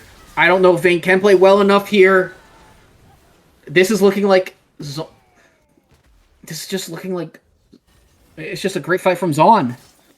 Zaun should be able to Trundle get Baron here. That was so weird from both teams though, because Kel was pushing bot so far up, literally almost up to tier 3. Yeah. And then Zaun wasn't collapsing. And then once Demacia sees Zaun collapsing, then they just call for the dragon instead of just walking to Ornn, they were just as close to Ornn basically as Zaun was. But also Zaun was not going, like they were sitting in their the enemy bot jungle instead of looking to collapse on the Ornn. And I think that if they got collapsed on, they would have just died there as well. So there were so many things up in the air that fight that I think that could have gone either way. Just steal! Nope, no steal. Yone gets Baron. Zac is going to get passive popped and will go down here. And this will be... And now it's a 5k gold lead once again. Kind of stays, I guess, kind of steady around 3k gold. A lot of trading of kills back and forth. Zaun will also be sitting on so much gold on this back. Yeah, they are. And Demacia at least has spent all their gold. So they are as strong as they can be. But Trundle sitting on gold. Now he'll get he will get some components. He gets a Spectre's Cowl here. Smart for the Trundle, as Diana was the biggest threat to him in those fights. Frozen Heart completed. Yeah, so this is going to be very tough. Vayne is not, in my opinion, Vayne's just like not quite a... He's almost caught up to gold with the Olaf, because Olaf, like almost 6 items, is kind of at that point. Yeah, is at that point where like his gold doesn't matter as much, and Vayne's gold for one more item. I'm assuming this is going to be a GA, I would guess. But not a lot of defensiveness. He has... experimental hex plate, which is just health. Ornn is teleported back to bot lane. Diana, Akali there. Zaun methodically pushing into the base.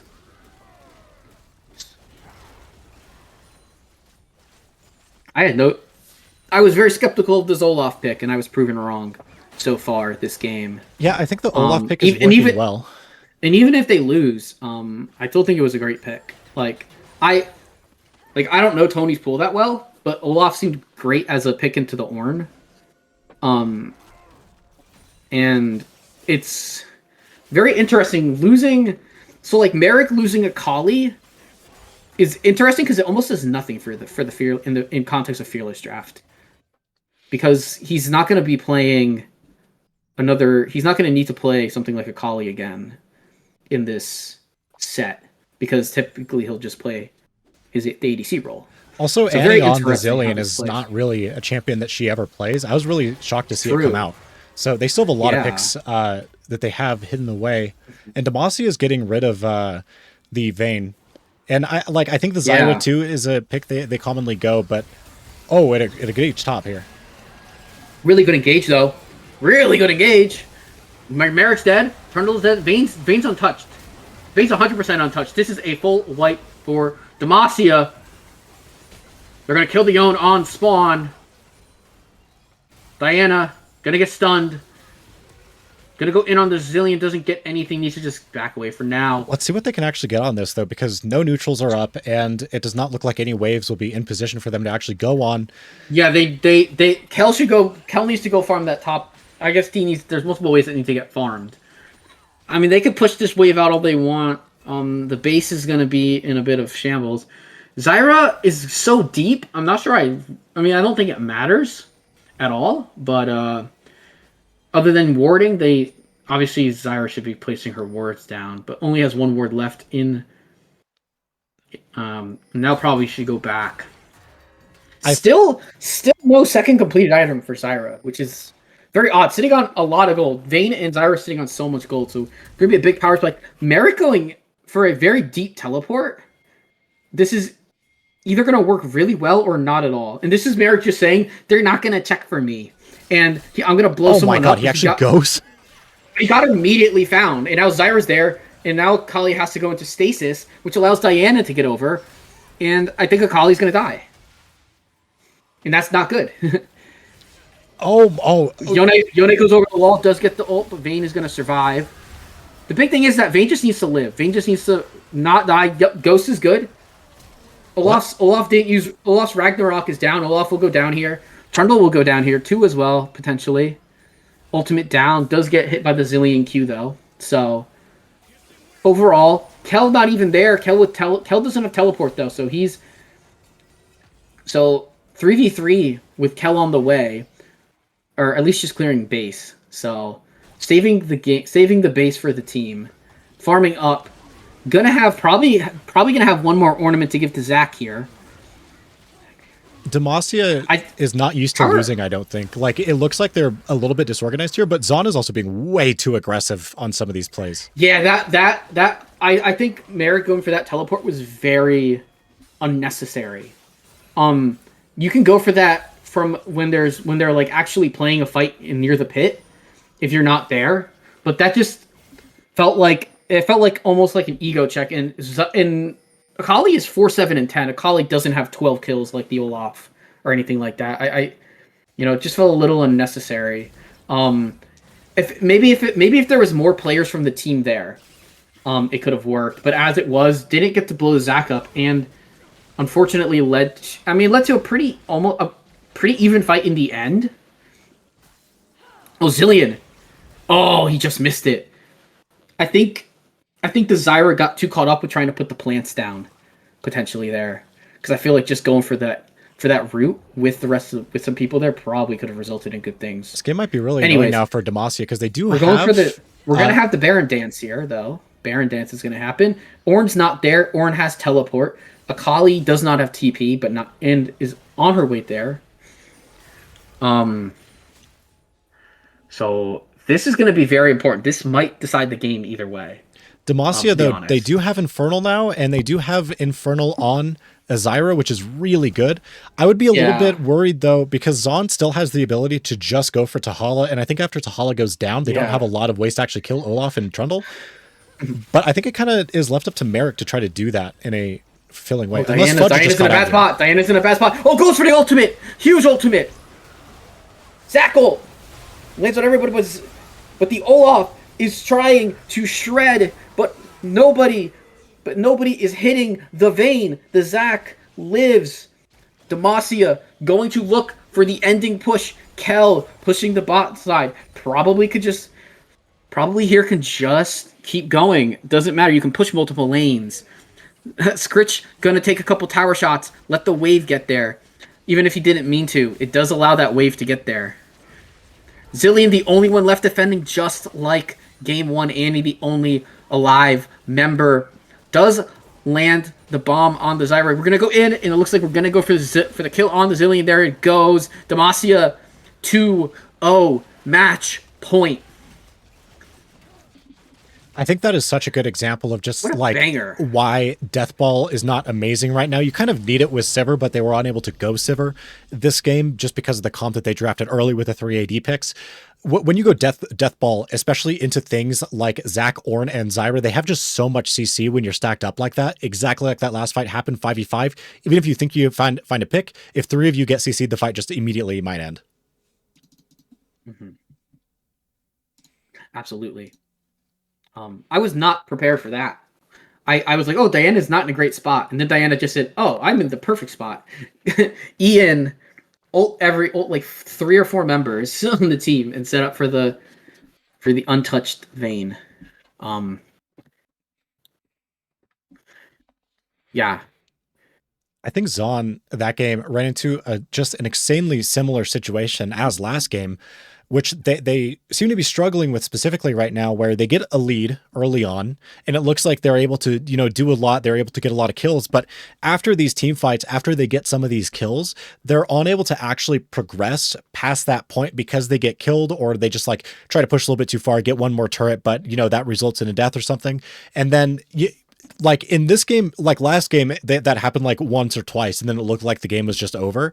But in this game, that was not really the case. It was like 4 or 5 times that happened where it looked like Zaun was about to win the game. They had big advantages, big kills, that kind of thing, and they just overplayed a little bit. And because that just happened so much, you have to like wonder if they're able to close out a game against Demacia, because even though Demacia does not lose a lot and they don't look amazing at stabilizing after they are losing, if they're able to just find picks, then Zaun's going to have a lot of problems actually trying to get objectives here. For sure. No, I mean, the game in general was so back and forth and swingy. It really it really was action packed from like the 15-minute mark on. That was a very, very it was a great example of what both team comps there could do. I think both team comps had moments to shine. Where you had the Trundle and the Olaf just running people down and just life stealing them on them. But then you also had the peel for Vayne and just being able to keep keep all the champions away from her. Ooh. Yeah, and I think if you're running a comp like this and you don't have an engage and Is you don't have a lot of ways to speed Are up. we using a new thing for the draft? No, it should be the same link. I have the wrong one open. Oh, okay. We have 3 different ways to draft things, so it's difficult to find like the right one we're going to use. Oh, you're okay. Yeah. I think it's going to be same sides again. So, okay. Yeah, well, I'm surprised they take blue again. Yeah, I wonder if it's because they want to get Pondexus to pick in the top in the first part of the draft. I do think it's important for Pondexus to pick an AP champion, even if he wants to go for an AD assassin, just because unless he's gonna play like unless he's gonna play like a marksman or something like that and be able to go bot lane again. But at least with a colleague on, like, that shouldn't be the case. This seems like with the preferences of the rest of the team that the AP will generally come from the mid and support on this team. It does seem like Demacia has a little bit more of a choice with what they want to do. So that's really interesting. And we are R for draft, right? I think already. Yeah. Yep. But I'm curious to see how this with obviously now we're kind of like 3 picks deep. I know in the last series that Kel played a Mundo game, but obviously Dr. Mundo picked in the first game. So I'm curious where Demacia will choose to do. I am not sure how roles work in this. If players are allowed to do like what type of roles. I mean, we've seen all sorts of swaps of roles, so I'm guessing that nothing is really role locked for these teams, which is cool. We could see something like a potential like Scritch top and Kel going into the jungle on something like to in case his top pool isn't as as good, unless his top pool is in case his top pool is quite pinched at this point. But again, I guess we're going to be hopefully getting into this soon. Are we do you have the draft link open as well? I do. Yeah. Are they not in the draft yet? They should be, right? Okay, there they go. I don't know. Oh, there we go. Okay, yeah. Okay, we're in now. I would expect to see very similar bans from both teams. I do wonder if maybe Demacia will want to prioritize taking an early Smolder. But I guess because Hala's champ pool is very large, that they want to prioritize getting Kel and Gwen Shapiro picks. Gonna continue to ban the Wukong. Gonna continue to ban the Yasuo. I'm guessing Yasuo is Pondex's best champion if it keeps getting banned immediately. So I think that Demacia, they don't need to do too much, to be honest. I think last game that they kind of showed, honestly, it doesn't matter at all how top lane goes because they might be able to win the game anyway. I think Zaun, I think that they're kind of like losing focus a little bit, to be honest. Like, you know, swapping to have the Yone go bot and stuff and, you know, overextending fights like that. I think when you lose sight of like the basics and why you're losing, then winning the game becomes so much more difficult because you're trying to find solutions for problems that aren't there and you're not fixing the big ones. Sure. I think that Zaun's draft was just really thrown into kind of into a state that they were like unsure of, and like caused them to panic with some of the things in the and like forcing the bot lane pick a bot AP pick. Like not terrible, and there's a lot of good champions for that. And there we go. The Urgot. Tony's gonna get to play as Urgot this game. This does make me curious as to what Demacia will want to do against it. There is I wouldn't be surprised if we saw something like Malphite here. And there's Vigar. Fudge Cow loves Vigar. It seems like he picked it game one or one of the early games last match. Vigar, a great scaling pick. And we've noticed a lot that's what Demacia kind of likes to go for. Yeah, I do think it is pretty reliable into some matchups. The problem is you are playing into Pondexes and they didn't ban Katarina. Pretty risky if they want to put that mid, and I would imagine they don't want to put it top, right? Because if that wave is ever on Urgot's side, I don't know if Vagar can get away. Yeah, true. There's Seraphine, nice. Oh, that is such a good pick, actually. I'm pretty sure Zaun was going to go Seraphine this game. Probably, yeah, and that allows...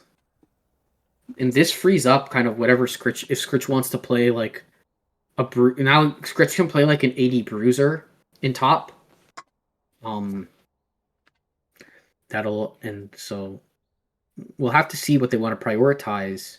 I would imagine they want to prioritize getting picks for a Lulu. Okay, Lulu for... yeah, they see the Seraphine. Seraphine's kind of in support jail, I think, as well now. So are we going to see something like a Kog'Maw maybe? Like, go with the Lulu? Or I mean, obviously, like, this, they could just go for their... They could go for their ADC pick here. Unless Molten wants his jungle here. I think any hyperscaler here is fine. Like, they could do... like anyone who builds crit, to be honest, even like Yunara, I think would be fine. Victor mid. Okay. Victor to match the Vigar.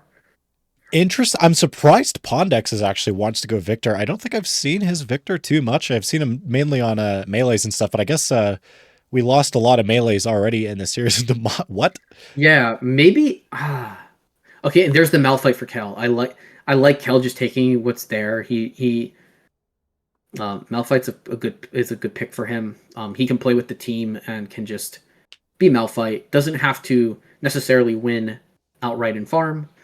And against Urgot, he's not going to really win in farm, but he can just survive the lane. I would be worried, to be honest, because I think Urgot is one of those champions that if they have a lot of mastery on it, they are actually able to kill Malphite. I think it's one of those like bait picks too, where it's like, oh, I'm playing like Malphite, I'm playing into an AD, I should be completely fine. But you're drafting Malphite and you're drafting with a Seraphine Vagar, so you're almost never engaging and your peel is not very good, and you're drafting into the Lulu Victor. So I think the Seraphine's going to scale well, but the mid game of Zaun with that Lulu and Victor is going to be so strong. I'm actually surprised though that they went Lulu instead of something like Sona that scales really well into other enchanters. But again, like if they go a hyper carry here, for example, maybe they can win lane and then also extend that lead into the mid game. Yeah, and I like the MF ban because this would be a classic Dahala MF pick and just play for the Wombo. I do wonder, I don't really know what the champ pools of these people are. Amumu, another great ban, honestly. Even though it obviously takes Scritch away from playing Amumu, I don't really think Scritch wants to play Amumu this game, to be fair, with how much AP they have on their team. He's probably going to play some AD, probably going to pick an AD Bruiser here. Going to go for Oh, Viego. Oh, that's a pretty solid pick, I think. I don't like the Viego because you're You playing with don't. Seraphine Vagar, who are really bad at opening with kills. Viego really wants kills like early in fights so he can start getting more resets and stuff, but they Yeah. kind of have to look for picks with this, and I guess like you I- can engage for Malphite and try to one-shot someone with I Vagar. kind of don't know if it matters the way these fights play out. Both of these teams just kind of like to run at each other a little bit. That might actually play into Viego's favor, having a little bit of chaos. There's the Kog'Maw. Okay, so we got the hyperscaling AD. And now we're just gonna see what this jungle pick is for Molten. I think Kog'Maw is okay, but I actually think Kog'Maw is one of the ADs here that might Maybe struggle into Viego. maybe something like a Zinzao or like a Pantheon or something like that could be okay. I don't know Molten's pool that well, so I really only know him as a top laner. So I'm curious what he's gonna pick here, for sure. It's gonna be the Shen. Okay, Oh interesting. my god, are they doing Juggernaut? Oh, I guess this is Juggernaut, but is Urgot going is this like some weird Urgot jungle? Is this like a weird Molten Urgot jungle? Something like that? Weirdly And I enough, don't- it's actually not super weird. There's I like mean, a it's few not odd Urgot because jungle it's challengers. not odd because it's not odd because it's one of Molten's best champions. Like Tony and him both play Urgot, for sure. And it looks like there was a Twitch lock for the final pick here.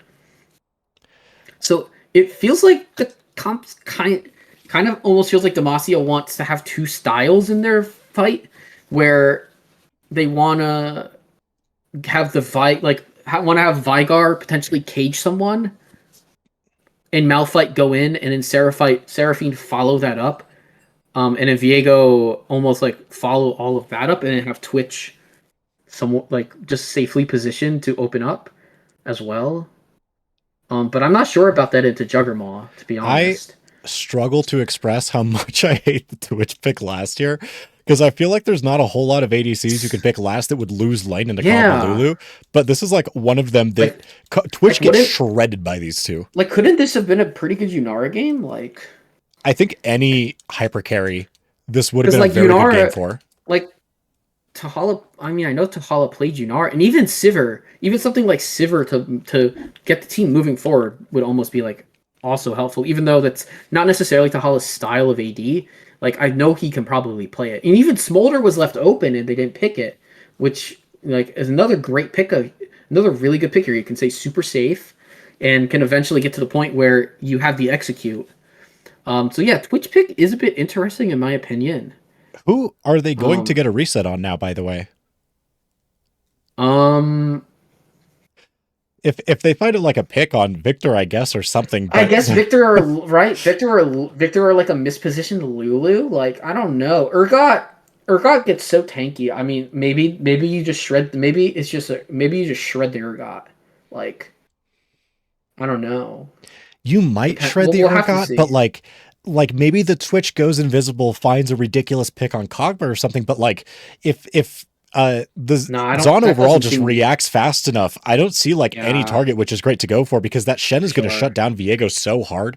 And then the Lulu also, with the polymorph, even if he gets a reset, it might not result in anything else. And Zaun also going a fantastic comp that is just focused on peel and letting the enemy team run into you.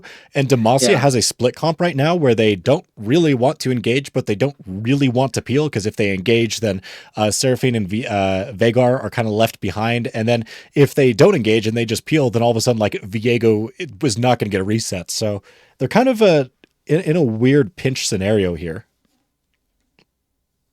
Yeah. I don't believe it's Shen jungle. I would have to say it's probably Urgot jungle, if anything. But again, don't know the pools of. I don't really know Molten's pool that well. I know he's an Urgot player, but Tony's also an Urgot player, so kind of anyone's. We'll see when we get into the draft. I'm gonna take myself a screenshot of Team 2, so I know who's going, so I can see who takes. So I can see who's picking where, even though it's going to be very obvious. Because really the other team is the one that's going to be the decider of where these picks go. Yeah, I think that I would guess that Urgot is jungle, because to be honest, Urgot jungle is kind of sleeper OP. It clears really, really fast, and the ganks from Urgot are also pretty good. he doesn't have like a lot of setups in the lane except maybe the Shen. But to be honest, I don't even think he needs setup against some of these lanes. Like Seraphine Twitch is so easy for him to gank that I don't think he has to worry about like a stun before he goes in. For sure. Yeah, it's actually River Shen. They don't even have a jungler. The other thing to note is that Demacia can lose this game and it's not the end of the world. Like they'll still have more games to go, for sure. Very true, but I would be so interested to see if Demacia loses because I don't know how they deal with losses yet because they haven't lost yet, right? But also, yeah, I mean they've lost individual games, but they haven't lost a series. We also haven't seen their pools kind of stretched a lot. They might just have a lot of mastery on individual picks, but as their pools get smaller, I don't know how they will really react to that. And I think Zaun's pools are actually, I believe, pretty big, especially like Pondex's, for example, who's getting banned out almost every game and still has a lot of picks to go through. I don't know if he's ever going to be like. I was really hoping for that Katarina when you said it. I was like, oh, this is actually a decent Katarina game. I'm not gonna lie. I think they lost twice on it, so like they didn't want to bring it out. But I mean, Katarina into Veigar is so unplayable for Veigar. I think the last time he brought it out was against a Veigar. I'm pretty sure he solo killed him a few times in lane. I'd rather be home anyway. But Who questions my ability? we'll see. We'll see who takes the Urgot between Tony and Molten. At least we'll be able to see it on our screens. I really, really hope it's Molten. I mean, like, I guess, like, the Urgot top would be okay. It's not, like... It is good into Malphite, but it's not amazing, and Shen is pretty good into Malphite. But Shen jungle is so mega bad right now that it's, like... Well, we're about to find... Well, okay, we'll tell you when it happens. What is Molten gonna lock here? Okay, it is Urgot jungle. It is the Urgot jungle and the Shen top. Shen's clear time is so slow, and it really doesn't pick up with items. Yep. I would agree.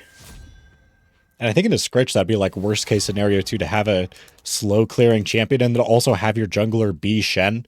So you don't actually get a numbers advantage against Scritch when he's going for resets. So I definitely like the top pick much more. For sure. I wonder if Molten's ever. I mean, I have to imagine he's jungle leader guy at some point in his life, in his career, playing the champion. So, it'll be. I mean, I don't think it'll be like that apparent if he is or isn't of a well-knowing like Urgot jungle player. Like, but at least I know that he's good on the. At least I know that both of these players are solid on their champions. Tony, I would assume that Tony is able to play his tank tops. He played a good Mundo in game 1, to be honest.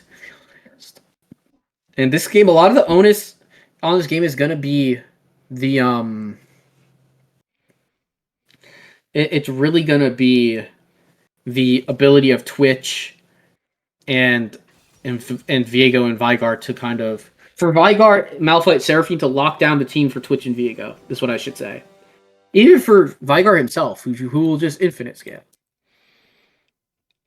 I mean, I think Demacia will scale insanely well, right? They have Seraphine, Twitch, and Veigar. And I think Zaun has been pretty bad at closing out games, so maybe like that's what Demacia will play around, is just making sure the game doesn't end. Although I do think if that's your goal, then picking like maybe 3 lanes which want late game, and then a jungler who is not very good at ganking by himself is probably not an amazing idea. But like it might be good, because again, Zaun has been caught out quite a bit in these last 2 games, so maybe Demacia will look for that. But I also, if you're being caught out, I don't even know if Viego's a good champ for that, because Viego's not very good at cutting people out or catching people out himself. And then he also really can't utilize the resets. Yeah, he has one ability that can do that, to be honest. So if he doesn't land his stun or whatever, I don't know exactly what it is. I would assume it's a stun. I'm surprised he hasn't played Lilia and isn't going to play Lilia here. Like, this would be a pretty good Lilia game, I think. I guess, like, you lock too much AP early to go it, so, like, you feel uncomfortable doing it. But, like, you think they would, like, move one of their picks at least so they can feel more comfortable on the Lilia. Because he is, like, really, like, I think his Lilia jungle might have a 100% win rate. yeah, I wouldn't know. I do think I remember him being a good. Like I do think I do remember him playing a lot of Lilia. Um. So yeah, I guess. I wonder. I mean, I guess the chat betting will tell us what they think, and a lot of money on Demacia, so they think this is ending here. Um. So that's. Uh, I'm not sure. I think that I feel like, I mean, last game was super close. I think this game will also be kind of that close, and I do think it's just going to come down to like one like late game dragon or baron fight probably. Um, Game one really felt like a full like stomp where it wasn't like it felt like a snowball over time that eventually caused the loss. But the last one was obviously just team fight win end. So we'll Zaun, see. I think they just need to play normal in a way, you know? Like they Yeah, just need to. and this comp is a normal comp, so this works. Yeah, This exactly. should Even help. last comp though, like they were actually winning, strangely enough, like normal fights, but again, just pushing a little bit too far, not getting resets, and then like the super aggressive TPs or the flanks when they don't really need the flanks, that kind of thing, or just being super aggressive in enemy jungle when you don't have to be. All you really need to do to win, and basically every league in this is just do just what you have to do. You don't need to do anything you want to do. You don't need to like go take a bunch of CS or get kills or anything like that. You Yeah. can just be where you need to be when you need to be there and just hit CS. And if you do that, you are probably going to win a game. Mm-hmm. For sure. Yeah, I think on the Demacia side, for cleaning up, like obviously their early mid game was a bit rough. I think for at least in top lane, Kel won't have as bad of a matchup. I felt like his early game aggression on the Ornn was like obviously really helped bolster Zaun into that nice lead by once the Olaf started fighting. So I think at least top lane will be a lot more even in my opinion, and he does have Comet this game. Which I like. Can you imagine how I mean, fast we'd maybe. pass out, by the way, if Scritch had teleport? Oh, It's actually, yeah, imagine if it was actually Kel Jungle. That would be crazy. true. Yeah.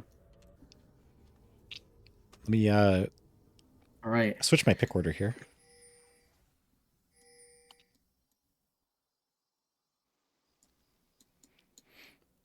All I right. do Cool. think Not though much that needed. Seraphine pick is really smart because you take that pick away from Annie, who like the last Mhm, game Annie played on Seraphine, she got like 4 3+ man ults on it. So mhm, I think taking that pick away is super smart. But I don't know if I've actually seen Gwen play Seraphine, so I don't know mhm. I if I don't like know it. But either, also, it's Seraphine honestly. Twitch bot into Cog Lulu, and I would imagine Cog Lulu is going to just outrange them and gun them down as they try to run out of lanes. So let's see how that lane goes because Merrick has been pretty aggressive too. So they might be able to just stomp bot lane here, to be honest. Yeah, potentially. I do think that Tahala has favored playing back early on in the lane and conceding level 2. Obviously, all 3 games he's played late game scalers with Jinx and Vayne and now Twitch. I don't think that plays for them though, because I think that's Zaun's opening to win these games. And I think maybe they're playing towards Zaun weaknesses, but Oh, I think if Twitch. Demacia was So winning, we're gonna get a level 1's kind of skirmish. Lulu's gonna take a little bit of help. A Q start for Twitch, which is pretty. did Twitch I just guess. he just showed he started Q, right? Yeah, Twitch started Q, Oh no. but he was able to get a little bit of poke onto Lulu. But now they can't even like touch the wave, I think, because he started Q. They lose all in so hard. Yeah, and he's just Oh autoing yeah, him. Seraphine shield will be pretty nice. Maybe level 2 Seraphine takes shield here instead of the E. To help out with the poke. It's such a long cooldown, They though. do get 2 first. They do go E first. Do E. Lulu takes a lot of damage. Veigar versus Victor is going to be a pretty handshaky lane. I would imagine they're just going to go even. Oh, Shen trying to fight with the Malphite, but Kel is just using Q on cooldown, which I think is not ideal on Malphite, to be honest, especially into Shen, where you don't really have to poke Shen a ton, and just like take little fights where you're using stuff like using your W. But I guess because he has Comet. Probably has Mana Flow Band, obviously, on top of it. When I've seen this top lane matchup, to be honest, it just looks so unplayable for Malphite. It looks really bad because Grass Malphite with a W max can eventually start hitting Shen hard. The problem is the Shen has to not have his block there. Oh yeah, but I mean, like, you know, you just have to play safe until he does something like that. But like, yeah, obviously it's tough for sure. Mid lane, I think should be. I think theoretically it's favored for Victor too, because he outranges. In the Veigar, it's also super punishable after he uses Q to farm, which every Veigar does. So like, if Victor just walks past his minions and then Qs the Veigar over and over again, Veigar will eventually be forced to back. True. And bot lane should be winning also, I think, for Zaun, but it does not look like they're winning super. Although Urgot first to flash. Malphite back in lane, used teleport to get back. Just got boots. I might have taken an armor cloth instead, but boots are fine. Gives a little bit more gives like ability to run away. Oh, Twitch is committing. Oh, we're gonna turn on to the Cogmaw. Viego misses his ability, but first blood to Tahala. Merrick also had a barrier there. Actually, he died with that up as well. Yeah. Shen taking a beat. Shen not using his block did take some damage back from the Malphite. I'm gonna check and see what he's maxing. He's maxing Q, which I guess is okay considering that he has Comet. Even though I don't necessarily like it as much as maxing W into a melee matchup. I'm really surprised Zaun lost that bot fight. I think they win maybe if Merrick uses barrier. Are they just gonna slog it to death here top? Potentially, yeah. I mean, directed camera is not leaving here. Tony, Malphite gets the solo bolo, Kel. Tony dying with TP and then Merrick dying with barrier back to back feels really bad for Zaun because they should have a bunch of winning lanes, but now they only have like maybe mid to play for, but mid is also not really. Cogwell's mid. Oh, they're just swapping their mid lane. They're just swapping their bot lane to mid. I don't know why they would, because it feels like the Lulu really does not want to play. Oh, they're moving Lulu mid. I mean, yeah. Urgot is going after the Malphite. Malphite with no mana can't really do anything about it. I mean, at this point, you don't really even want to match much. You just let Veigar farm in the lane. He's gonna get pushed in, but hey, it's fine. Kog'Maw's so weak early, instantly stunned up. Veigar, I don't know who you give the kill to here. I guess whoever gets it, it goes to Veigar. Annie looked like she was wanting to go bot and save Pondexes here in the bot lane, but like you cannot play with Lulu on top of Victor here. They're just such a bad combo together. They don't really do anything synergistic. Yeah, Victor doesn't work with auto attacks, obviously. So Lulu's shielding is fine, but like Lulu, like you said, no synergy. Lulu also can't really. She can normally walk up and just auto people for free. But if you have an ADC like this, or I guess an APC, you lose all in, so you can't really do that. Yeah, I really, really love Kel's buy of the boots of the tabbies early, but I'm not sure. Oh, all right, I think that Viego should just be able to walk out. Oh, that's fine. I cannot understand why they're putting the Kog'Maw mid. I don't even know the start of the logic, because you're moving the Lulu away if you're not putting the Lulu with him. Mm-hmm. And because the Lulu is not with him, with Grubs up in a minute, you're not playing for the Grubs, I think, also. And this lane, bot lane, is worse, and then Kog'Maw can really never kill Veigar. Veigar might actually kill Kog'Maw, so it's a really hard situation. Oh, Annie. And Twitch is just gonna kill the Lulu. Oh, Victor actually almost walked into a double E from Seraphine. Hell, ultimate! This should in theory be a kill, but it's not because of the block. It wouldn't have blocked E damage, but it would have blocked any damage. Oh, unfortunate for for Annie's game to actually just kind of freeze up right as she was killed. Oh, is that what happened? I see. Yeah, Annie said game froze for a whole 10 seconds in the all chat. Urgot caught out here, looking to be maybe a kill for Viego to start to get some kills. There it is, gets the reset. He's now Urgot, and just going to probably heartbreak out here. And again, I feel like no real reason to stick around. I feel like if Kog'Maw is there, then you can like maybe look for fights once the Lulu is back. And then that like doesn't matter nearly as much, but because Victor is down here, then you still can't look for anything. Yeah, the tough thing in this game is that Annie's so far down in levels. It would almost be better for Annie to go top lane at this point, like you will see sometimes in pro play, where they like kind of adjust their lanes based on like lane to like avoid lane detections for lane swaps. I think in this situation they just need to play normal. To be honest, I agree, but we're already noticing that they're not playing normal. Yeah. That, I don't know if it's tilt or what, but Merrick is mid lane as Kog'Maw. So I guess we're gonna have to see. Like, obviously I would have just preferred, like, you could just 2v1 the lane versus Fudge Cow. Like, they're gonna, you can give grubs all you want if you're this team. Kel, it might spot it out, but Kel shouldn't do anything but walk up and just ward. Yeah.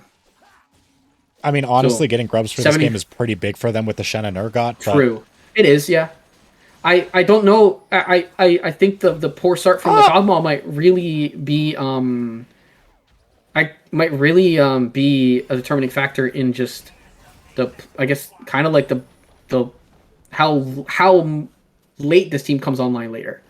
The more and more it's pushed back in my opinion now. Merrick used Flash there to try to get Fudge mid because he thought he was caught out, but Fudge just walks away, and then I think Merrick and now Malphite Malphite's ulted the Shen. No Q though. Shen did pull Q through the Malphite, which does slow. Tony not taking that early back is really biting him now, by the way, because he delayed the TP. Not only did he die, but also his TP is not up yet, so he can't recall now.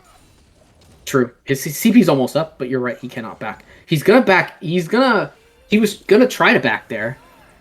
Victor is in a weird spot. Well, I should say Seraphine's in a weird spot. Oh, we're gonna try and taunt Malphite. Flash from Kel. Victor caught. Twitch is ulted, but Twitch is gonna die for this potentially. He does flash. Okay, Twitch flashed. Malphite gets the solo. And this is just an early game disaster, if I have to be frank. This is why I just don't understand the pick here for Lulu with Victor bot lane, because they can't win all-ins. Like, Lulu basically supplies nothing, even if she's autoing the whole fight like that. Like, the Victor ult is all the sustained damage you have, but that's still not enough to kill, like, a 500 health Twitch through barriers. So I agree. And look at the wards. Look at the wards from red side. They're going to be able to know, they're going to know pretty much exactly where Urgot is. Like, they know that Urgot is going to be right around that area, or he has to be topside. And it's so, like, they can very confidently play in this area, especially just with the strength of their players so far this game. Vigar doing a good job zoning. Urgot is zoned in the pit, and now Viego's going to turn on to him. And Urgot doesn't have his power spike yet. Ooh, are we going to get an R? Almost got the kill. Victor's going to survive with the Shen ultimate. Oh, wow. Flash forward from Viego. Able to Heartbreaker out to not die. That was a 1-for-0. That's Victor going down in the process. Zaun just needs to stop contesting stuff. Big Malphite ult. Oh, big Seraphine E. That's a wipe. It's going to be a full wipe. Wow. And that should be Drake. A huge. They just kill Kel, who doesn't really care. Huge swoon of gold. No, Kel doesn't care. He's Malphite. Like, he's just going to keep building. He's just going to keep doing his normal build. He's got a farm lead on his lane opponent. He's got a gold lead. That's small, 500 gold, but still. Like, They just shouldn't be fighting this, to be honest. Like, they're already down. They're not very good at early fighting if you're down, and, the Viego is pretty strong, and all of your jungle is up, or mostly all of your jungle is up, and then you're losing top mid waves and bot waves on this timer. Just go hit minions. yeah, so true, Sarah. Honestly, I've loved Kel's development as a player over the last years of playing in Boost Bash. And a big kind of storyline here is that Kel has never won a Boost Bash before, and he's played in pretty much every single Boost Bash. So, for him to likely win this Boost Bash, pending his team doesn't very hard throw. There's an Urgot ultimate, getting some gold into Molten's pocket. But full item, Malphite already having full item plus boots is really solid. Seraphine here, gonna go on to the Kog'Maw, gonna ultimate. Maybe not the most. I guess it kind of was a bit necessary from the Seraphine, but all good. Twitch almost soloing Victor. 7 kills on Tahala, 1.5 items to Victor not having a completed Roa at this point. That is not good. Victor not having Roa by 13 minutes is a bit rough.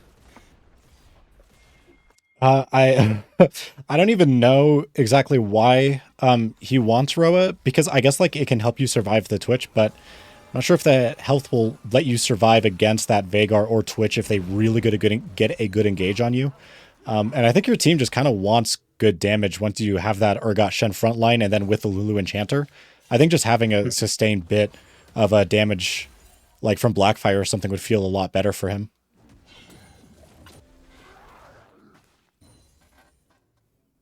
Also, Fudge Cow is going to build Seraphs next. So I think he's just going to be unkillable for Zaun, because I don't think, unless Kog'Maw gets a bunch of autos on him, I don't think he's ever going to die. Yeah, I agree. Merrick also building Bork first, which is not gold efficient first item. It's an okay first item, but he's not going to have attack speed until probably second item, so he's going to struggle for a lot longer here. Yeah, I don't play a ton of Kog'Maw. Does he usually build Gwinsu's first? Something like that? I'm not sure what Kog'Maw specifically builds, but I know on hit ADCs are kind of looking for alternatives right now to Bork, because Bork is it does not give the stats you want for that was a pretty nice barrier. Tony forced to flash away top here. Also might die anyway, but Kel is being maybe a little bit too aggressive here. Kel is gonna die, but he got the kill. Oh my god, he lived. The Seraphine shield. That echoes of the shield with the echoes of Helia really strong. Oh my gosh, they're trying to 4-man dive the Veigar. Oh, Veigar almost got out. Did get 1 kill, dies to the Urgot, but trades with Kog'Maw. I mean, I think that's good for Zaun. They get a kill, they're going to get turret here, but they're losing a lot on the top side of the map. They're going to lose their top jungle. They're going to lose mid. That was a 200 bounty, so that's pretty good. They do get the tower bounty too, but they're going to lose mid. They've traded 2 for 1 on towers, unfortunately, and maybe potentially more, because they're going to charge this into the tier 2. I don't think they'll be able to take it out. They will. That's half health on it. Shelly really doing great for Demacia this game. I mean, and the gold lead now is pretty massive for 16 minutes. 6,000 gold between the teams here. I think Zaun needs to just stabilize. I think going for the bot play is fine. Trading is obviously not ideal, but I think trying to give up waves and stuff on sides of the map to try to go for kills is probably not where you want to be. Even if the KD is going to be better, you're still going to be losing so much gold.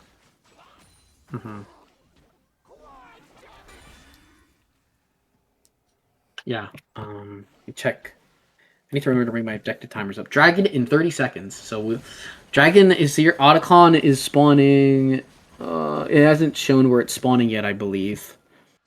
As far as I know. I'm assuming it's a bot lane spawn, seeing the wall. So, on the mini map. Wow. Shen ultimate saves Kog'Maw's life, but still forced to flash.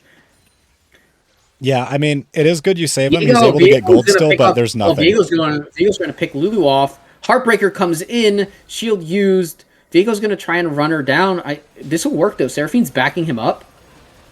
Urgot might be able to get the ultimate out on him because there's no Twitch really there at the fight. He's kind of on the outskirts around the... But Victor is going to go down here to to the Viego. Lulu running for her life. No.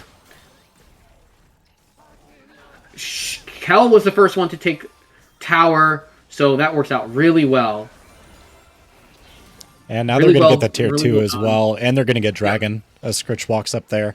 I think that Zaun, once you see your Kog'Maw is forced out, I think you just don't contest Drag. You don't even walk near it, and you just like flip the map, try to get top jungle, all that kind of stuff. I'm not sure I quite agree with the Vigar teleport, but honestly, they're so far ahead, I don't... Like, as long as they're not actively getting 5-man killed, I don't think much matters. And Tahala, with the Seraphine, gonna take down there. He's got 8 kills on the Twitch. Gonna take a flash as well. Even a little mark from So- Pondex is honestly there. Might have been able to just mark him Yeah. with the slow, True. but unable to find it. Yeah. Oh, but Kill might Forgot get on picked up. Malphite. Malphite needs to watch out that he doesn't get speared. He's gonna die if he gets speared.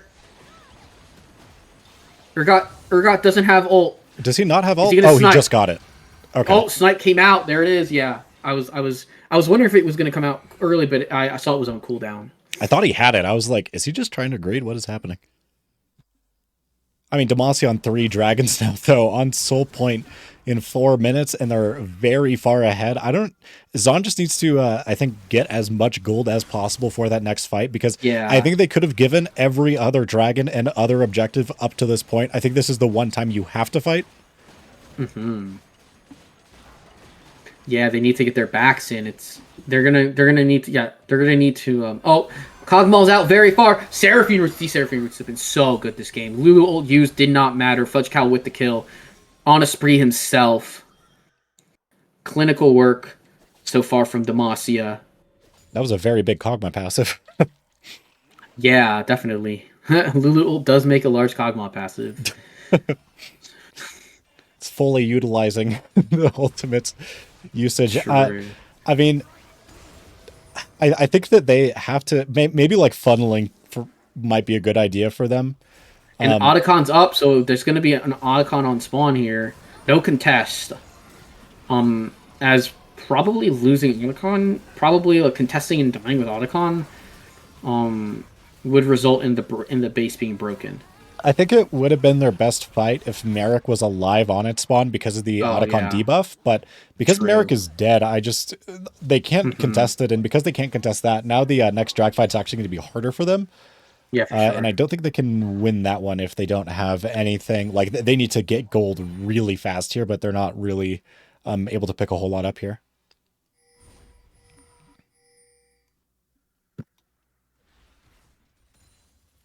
Yeah, Kel is probably feeling a huge sigh of relief for taking his first booze bash here. And Scritch I think Scritch was a monster in earlier seasons too. I think he's already won a few booze bashes. Scritch has won before, yeah. I don't know how many. Scritch has always been a very good booze bash player. For the divisions he's played in. Tony kind of looking around. I think they knew that someone Demacia was there, but he's actually lucky he doesn't find. Oh my god! Wait, this would be a huge pick before. Which is picked? Oh my god! Oh, Tahala. Okay, he's still dead. Tahala dies. Kill goes to. I mean, it goes to the Urgot. But now there is. Oh, they almost caught the Shen there, but Shen luckily able to E out. This is the Rooted best case up. scenario for Zaun. Maybe they can find a fight here. Yeah, you gotta 5v4. hit the Victor. We need to ult the Victor. We need to get on the Victor. Oh, we did root the Victor. Good Seraphine ultimate, but it's not going to do enough. Victor's still firing. Merrick is trying to get up from bot side, but he's going to be too late. He's not going to be able to do anything. Again, in this fight. also, I didn't see Viego just has a double kill. Viego has a triple kill. God, Kel, 1 health. Merrick needs to be careful. Merrick is dead. Viego is there. Viego's going to get the stun, and that's going to be a dead quadra kill for Viego. That's such a difficult situation because I think they didn't know that Demacia was in the top jungle there, so Merrick like didn't know that he needed to walk up on that timer. But Yeah. that is going to be a minute towards this soul here. I mean, I guess it's actually like kind of best case scenario for them because it is only ocean, so they can build Yeah, anti-heal. Malphite's alive with a lot of health now. I mean, Ocean is putting in work. See what Like the Ocean. wait, what is But also Vigor just Seraphine. TP'd bot? I think he wants that wave in before drag, which kind of makes sense, but Yeah. Demacia's going to be late on these resets, or they're not going to take resets, so that last fight won't matter as much as it looked like it should have, but... Yeah, for sure. I think you're right. Urgot caught out, going to take a lot of damage. Oh, he would have been dead if that Seraphine hit. Take about 20%. Oh, he flashes in. Veigar's caught here, potentially. Flashes out. Does so much damage. He might go down, but he's going to deal so much damage. Malphite ultimate in. Twitch is not at this fight. Oh, There's yes. only Viego. If Viego has to solo, and it doesn't happen, no Twitch. Honestly, dream scenario for them where they find a fight where they're up in numbers and then Yeah, a but flash Twitch engage. is gonna. Why is Twitch gonna try and go in now? Uh-oh. Don't even bother. Give up to Drake. He should Drake. insta kill Just- Annie here, but Tony. He should. Oh, He should, but he didn't. wait, Yeah. wait, why didn't he R? I I'm guess he didn't assuming want he just. I'm assuming that he just didn't. I don't know. He didn't want to use the cooldown. It's a bit odd. I would have used it, but personally, but that is a bounty. The minions are going in the base though, so they are gonna. So now there is tower defense to be played, which will give Kog'Maw some farm. Ideally, you would funnel most of your farm into the Kog'Maw here. I do severely wish my gold graph was working, but it appears not to be. Oh, your gold. Is there a gold graph thing that we can use? I have one in a program that I. Oh, you have one in a program that you have on stream. That's right, because you have a different layout. That's cool. I love the layout that you have.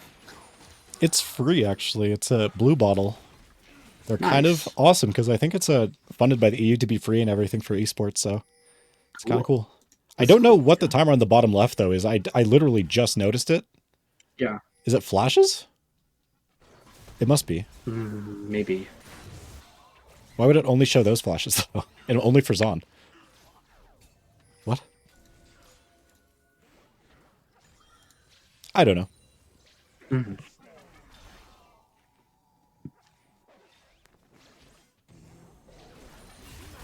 Oh, it isn't flashes. I have no idea what that is. Looks like Zaun actually trying to defend their top jungle, but won't be able to do too much. But Zaun is not really pressed to do anything right now. I think they could even give this Baron if they really want to and just pick up gold on the way, but also don't even think they have to give up Baron. I mean, I think they got so much gold in that last fight. They got every shutdown plus the shutdown on the dragon. There's not even an objective shutdown anymore, actually.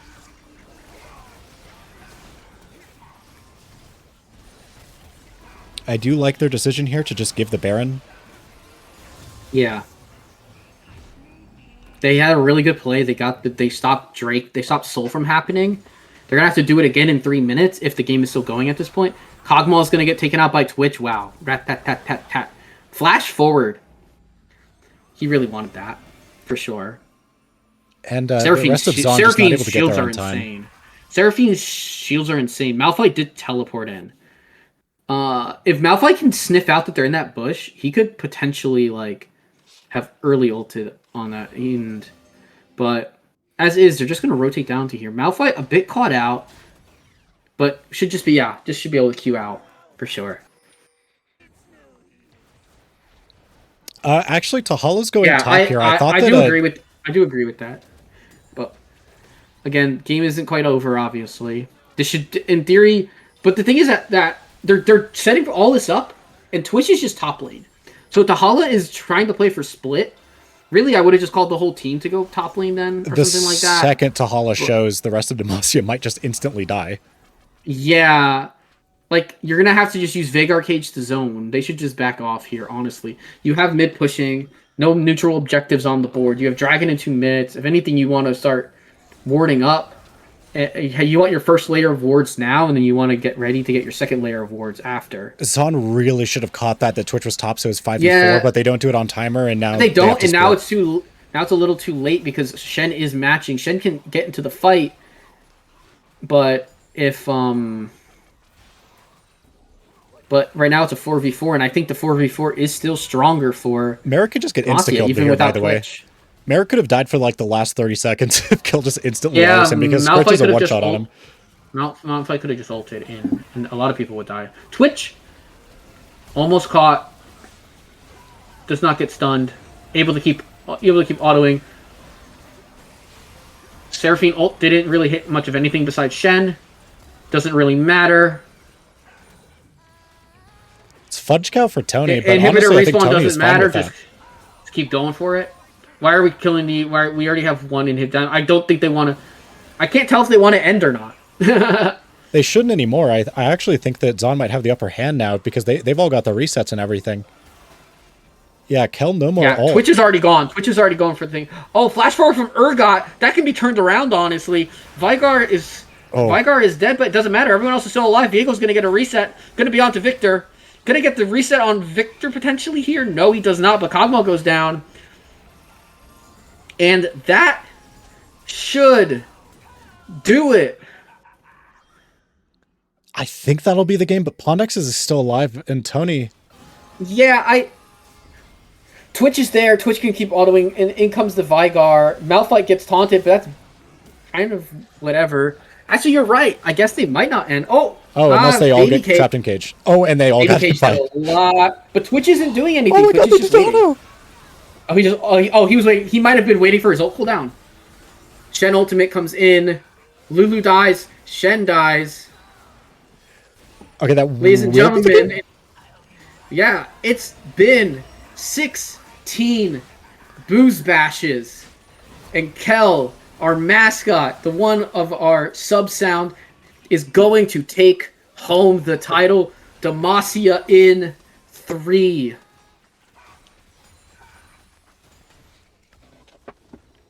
Nice. Yes, GG's. that will be GG's. And that does mean that Demacia, after a very commanding season, is actually able to take Chemtech. And they walk away with the trophy here. Kel on the first win. Huge.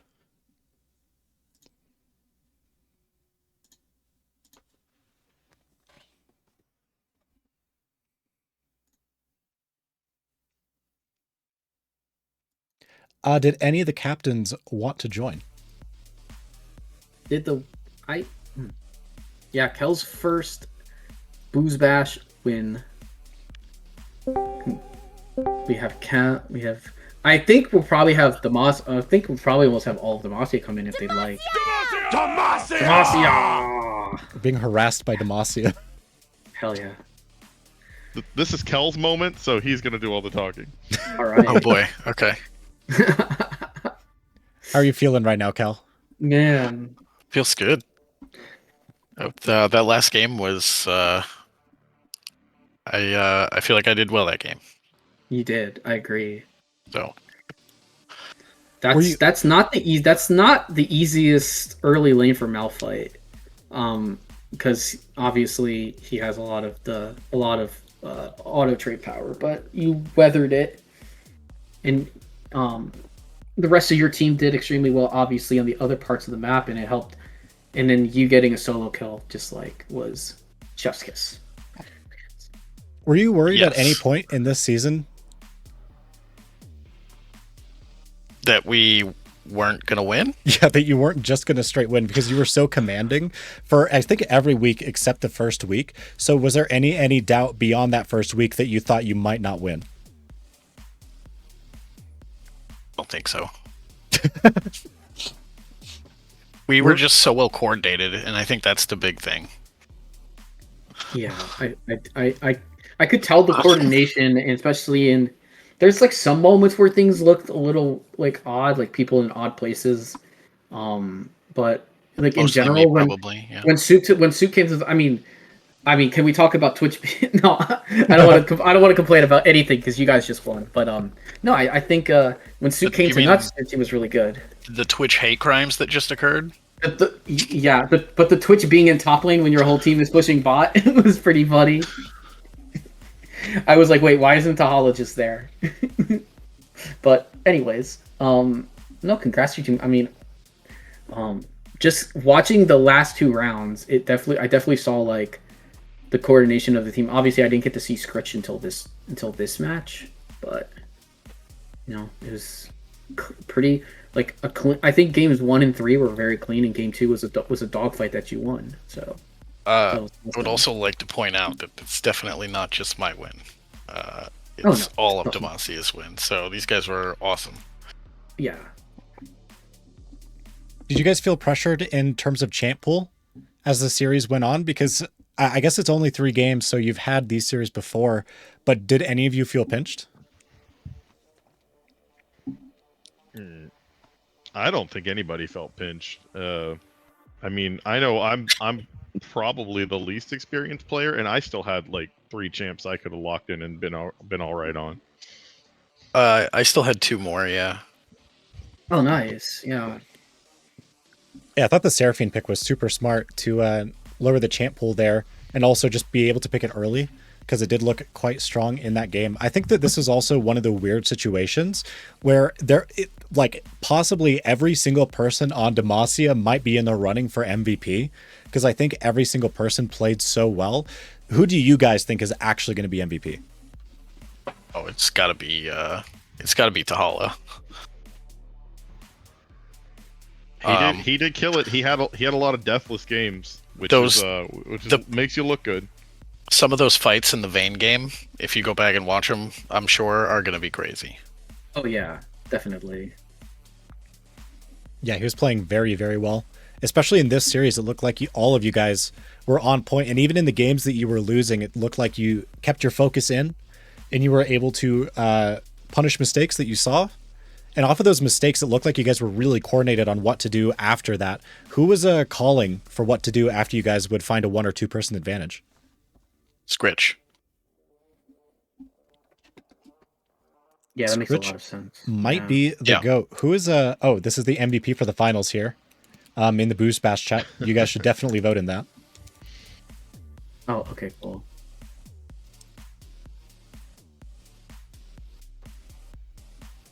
Yeah, Scritch was the shot caller most of the time, and then I mean, other people. Fudge Cow had a few games where he was calling stuff out as well.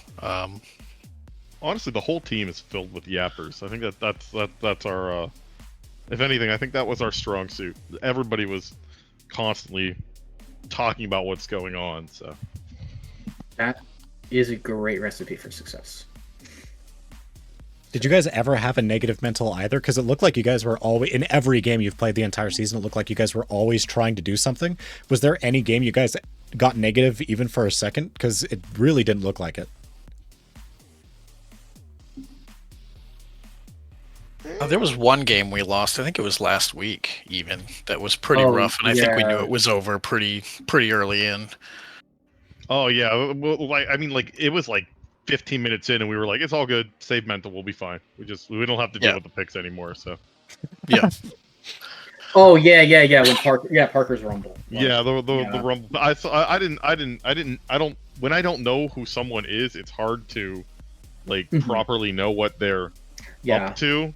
So like after he locked it, they're like, "Yeah, he's a Rumble man," and I was like, "Oh well, shit." So I think because it's tough if you don't know these people, but like other people do. I was like, "Oh yeah, I don't know this." But, I think halfway through the game, we were like, "It's fine. Just like we don't have to deal with it ever again. It's okay." Yep. I thought that series was handled really well. Hey, Tahala, congrats. I got told that we're all supposed to come in here. Sarah yelled at me. She said, "Get your ass in there." Well, I mean, you guys did let Kel have his moment to talk. Oh, absolutely. But having the whole, but I think this is a team, and I know everybody on the team, which is like saying something considering I've been out of Booze Bash since Booze Bash 13. Has it been that long? Wow. Yeah, my last time was 13 when we were Shurima. And yeah, but no, I mean, knowing everybody on the team, it's really cool to see everybody get another win. It's my first win too. It is, yeah. Devin, is this your first win? No, I made it to the finals, my first, and won the second, and then my third one was we don't talk about that one. So yeah, Tahala won only has an MVP. Yeah, but no finals win. So congrats. Woo! Multiple, Hollis first multiple, win too. multiple first finals. That's awesome. And especially after such a commanding season, I think everyone after this is going to feel a lot more confident going into the future seasons. And I think that everyone has kind of made a big name for themselves because the season was so commanding. I do real quick. I do have to shout out the Zaun bot lane. They did a really good job. They gave me the hardest fight this series of any match that we've had. They made it so I had to struggle, and that was fun. So shouts out to those two in the bot lane. Yeah, they were super strong in laning for a lot of this, and they're also the team. They're the reason that the season is. Or you did drop a game, I guess, to another team, but they also almost beat you week 1, right? It was them. Yeah, we lost one game to them. I think one game each time we faced Adelphi's team. And those are the 3 losses we had. I think we dropped one to. We dropped our first game, and I think we dropped one. I think it was the Bilgewater, and then I know we dropped one. It was Bilgewater last in the finals. Yeah, I think it was Bilgewater. Yeah. Sorry. Yeah, because the standings had you at 8-2. So wait, how did I they didn't account for the semifinals. Fudge Cow, welcome to the cool channel. Talk Yo, about how watching the we World won. Series. Yo, what's up? Congrats. Thanks. Can we get a Kel chant going? Go. Go. We did that part. Yeah. All right. So what are the thoughts of the two who just joined? I believe that it was definitely It's Scritch and Fudge Cow. Yeah. What are you two feeling? Do you feel like normal? Do you feel like elated? Where's your head at right now? Got the job done. Absolutely. Got the job done. Jesus. Hell yeah. Did a job. We had to get Kel the victory. Yeah. I think And that was Tahala, and everyone's technically goal. Tahala too. Tahala had an I didn't know Tahala Yeah. did that one either. We didn't care. We don't care about that. I care about it. I didn't The realize. Kel legacy. Kel's Kel was legacy the more factor. important. Oh no, yeah. I mean, yeah, I feel that because Kel hasn't. He's been around for like he and I have been me, Scritch and him have been around for so long. Yeah, since basically the beginning. Yeah. Yeah, my first Booze Bash was 2, so that dates how old I am. I've played in every Booze Bash, and there was a record that I held, which was I was the first person to sign up for every single Booze Bash that was a non-mod until I think 15. Mm-hmm. Scritch, out of curiosity, who do you think is going to be MVP? Kel. I think Kel should be MVP. I don't agree He with listened that to at all. everything. We told him to go tank and just sit top and like don't die, and we win like that. And he played it perfectly. Half the time he was solo killing. Like he played amazing. Yep. I think everybody played amazing. That does sound like MVP behavior. Yeah. True. Kel and I think He was the the Great Wall. The dark horse, though, the dark horse was for sure Gwen Shapiro this whole season. Yeah. That I play support. We don't exist. 2026 Don't exist. Seraphine lane, ridiculous. I mean, also, I think in almost all of your Morgana games, you were able to land huge bindings that were able to win lanes. And I think that's a big reason, too, why bot lane always looked so stable, is that even when you guys were about to lose, you never did actually quite lose. And then going into the late game, Tahala is so good in team fights that it did not look like you guys really had a big weakness. Yeah, keeping Tahala alive was very stress-free for the most part. I mean, there were a lot of teams didn't like try to hard engage us. Like, if anything, I think the one thing that was helpful is that I play a lot of like enchanters, and so do a lot of other people in Chemtech, and then I play a lot of hard engage once all the enchanters are gone. So that works. That tends to work out in my favor. Absolutely. That is a pretty big advantage in a series like this, especially like as the games get longer here or the series get longer. I think that matters more and more over time. Who did you guys feel like was the best player not on your team? Out of everyone or out of Zaun? Ooh, interesting. Out of every enemy team. Okay. Just made this harder on myself. Debella never died. Anytime we played her, like really against every team. Debella is really good. Yeah. People sleep on her. I don't know why, but I don't know why either. she's yeah. very good. She's been doing it too this whole time for like past 2-3 years. I feel like same thing. Absolutely. Same thing. She always runs around yelling fish world and shit. That's why people underestimate. That tracks, yeah. Mm-hmm. I gotta shout out my friend Noodle too. Kind of crushed a few games in the top lane. Oh yeah. In jungle. I heard Noodle played pretty good. I don't know really what's been going on. I just like came back like in the middle of playoffs, so I'm glad to hear like that they're like what you guys think have been like really other good players.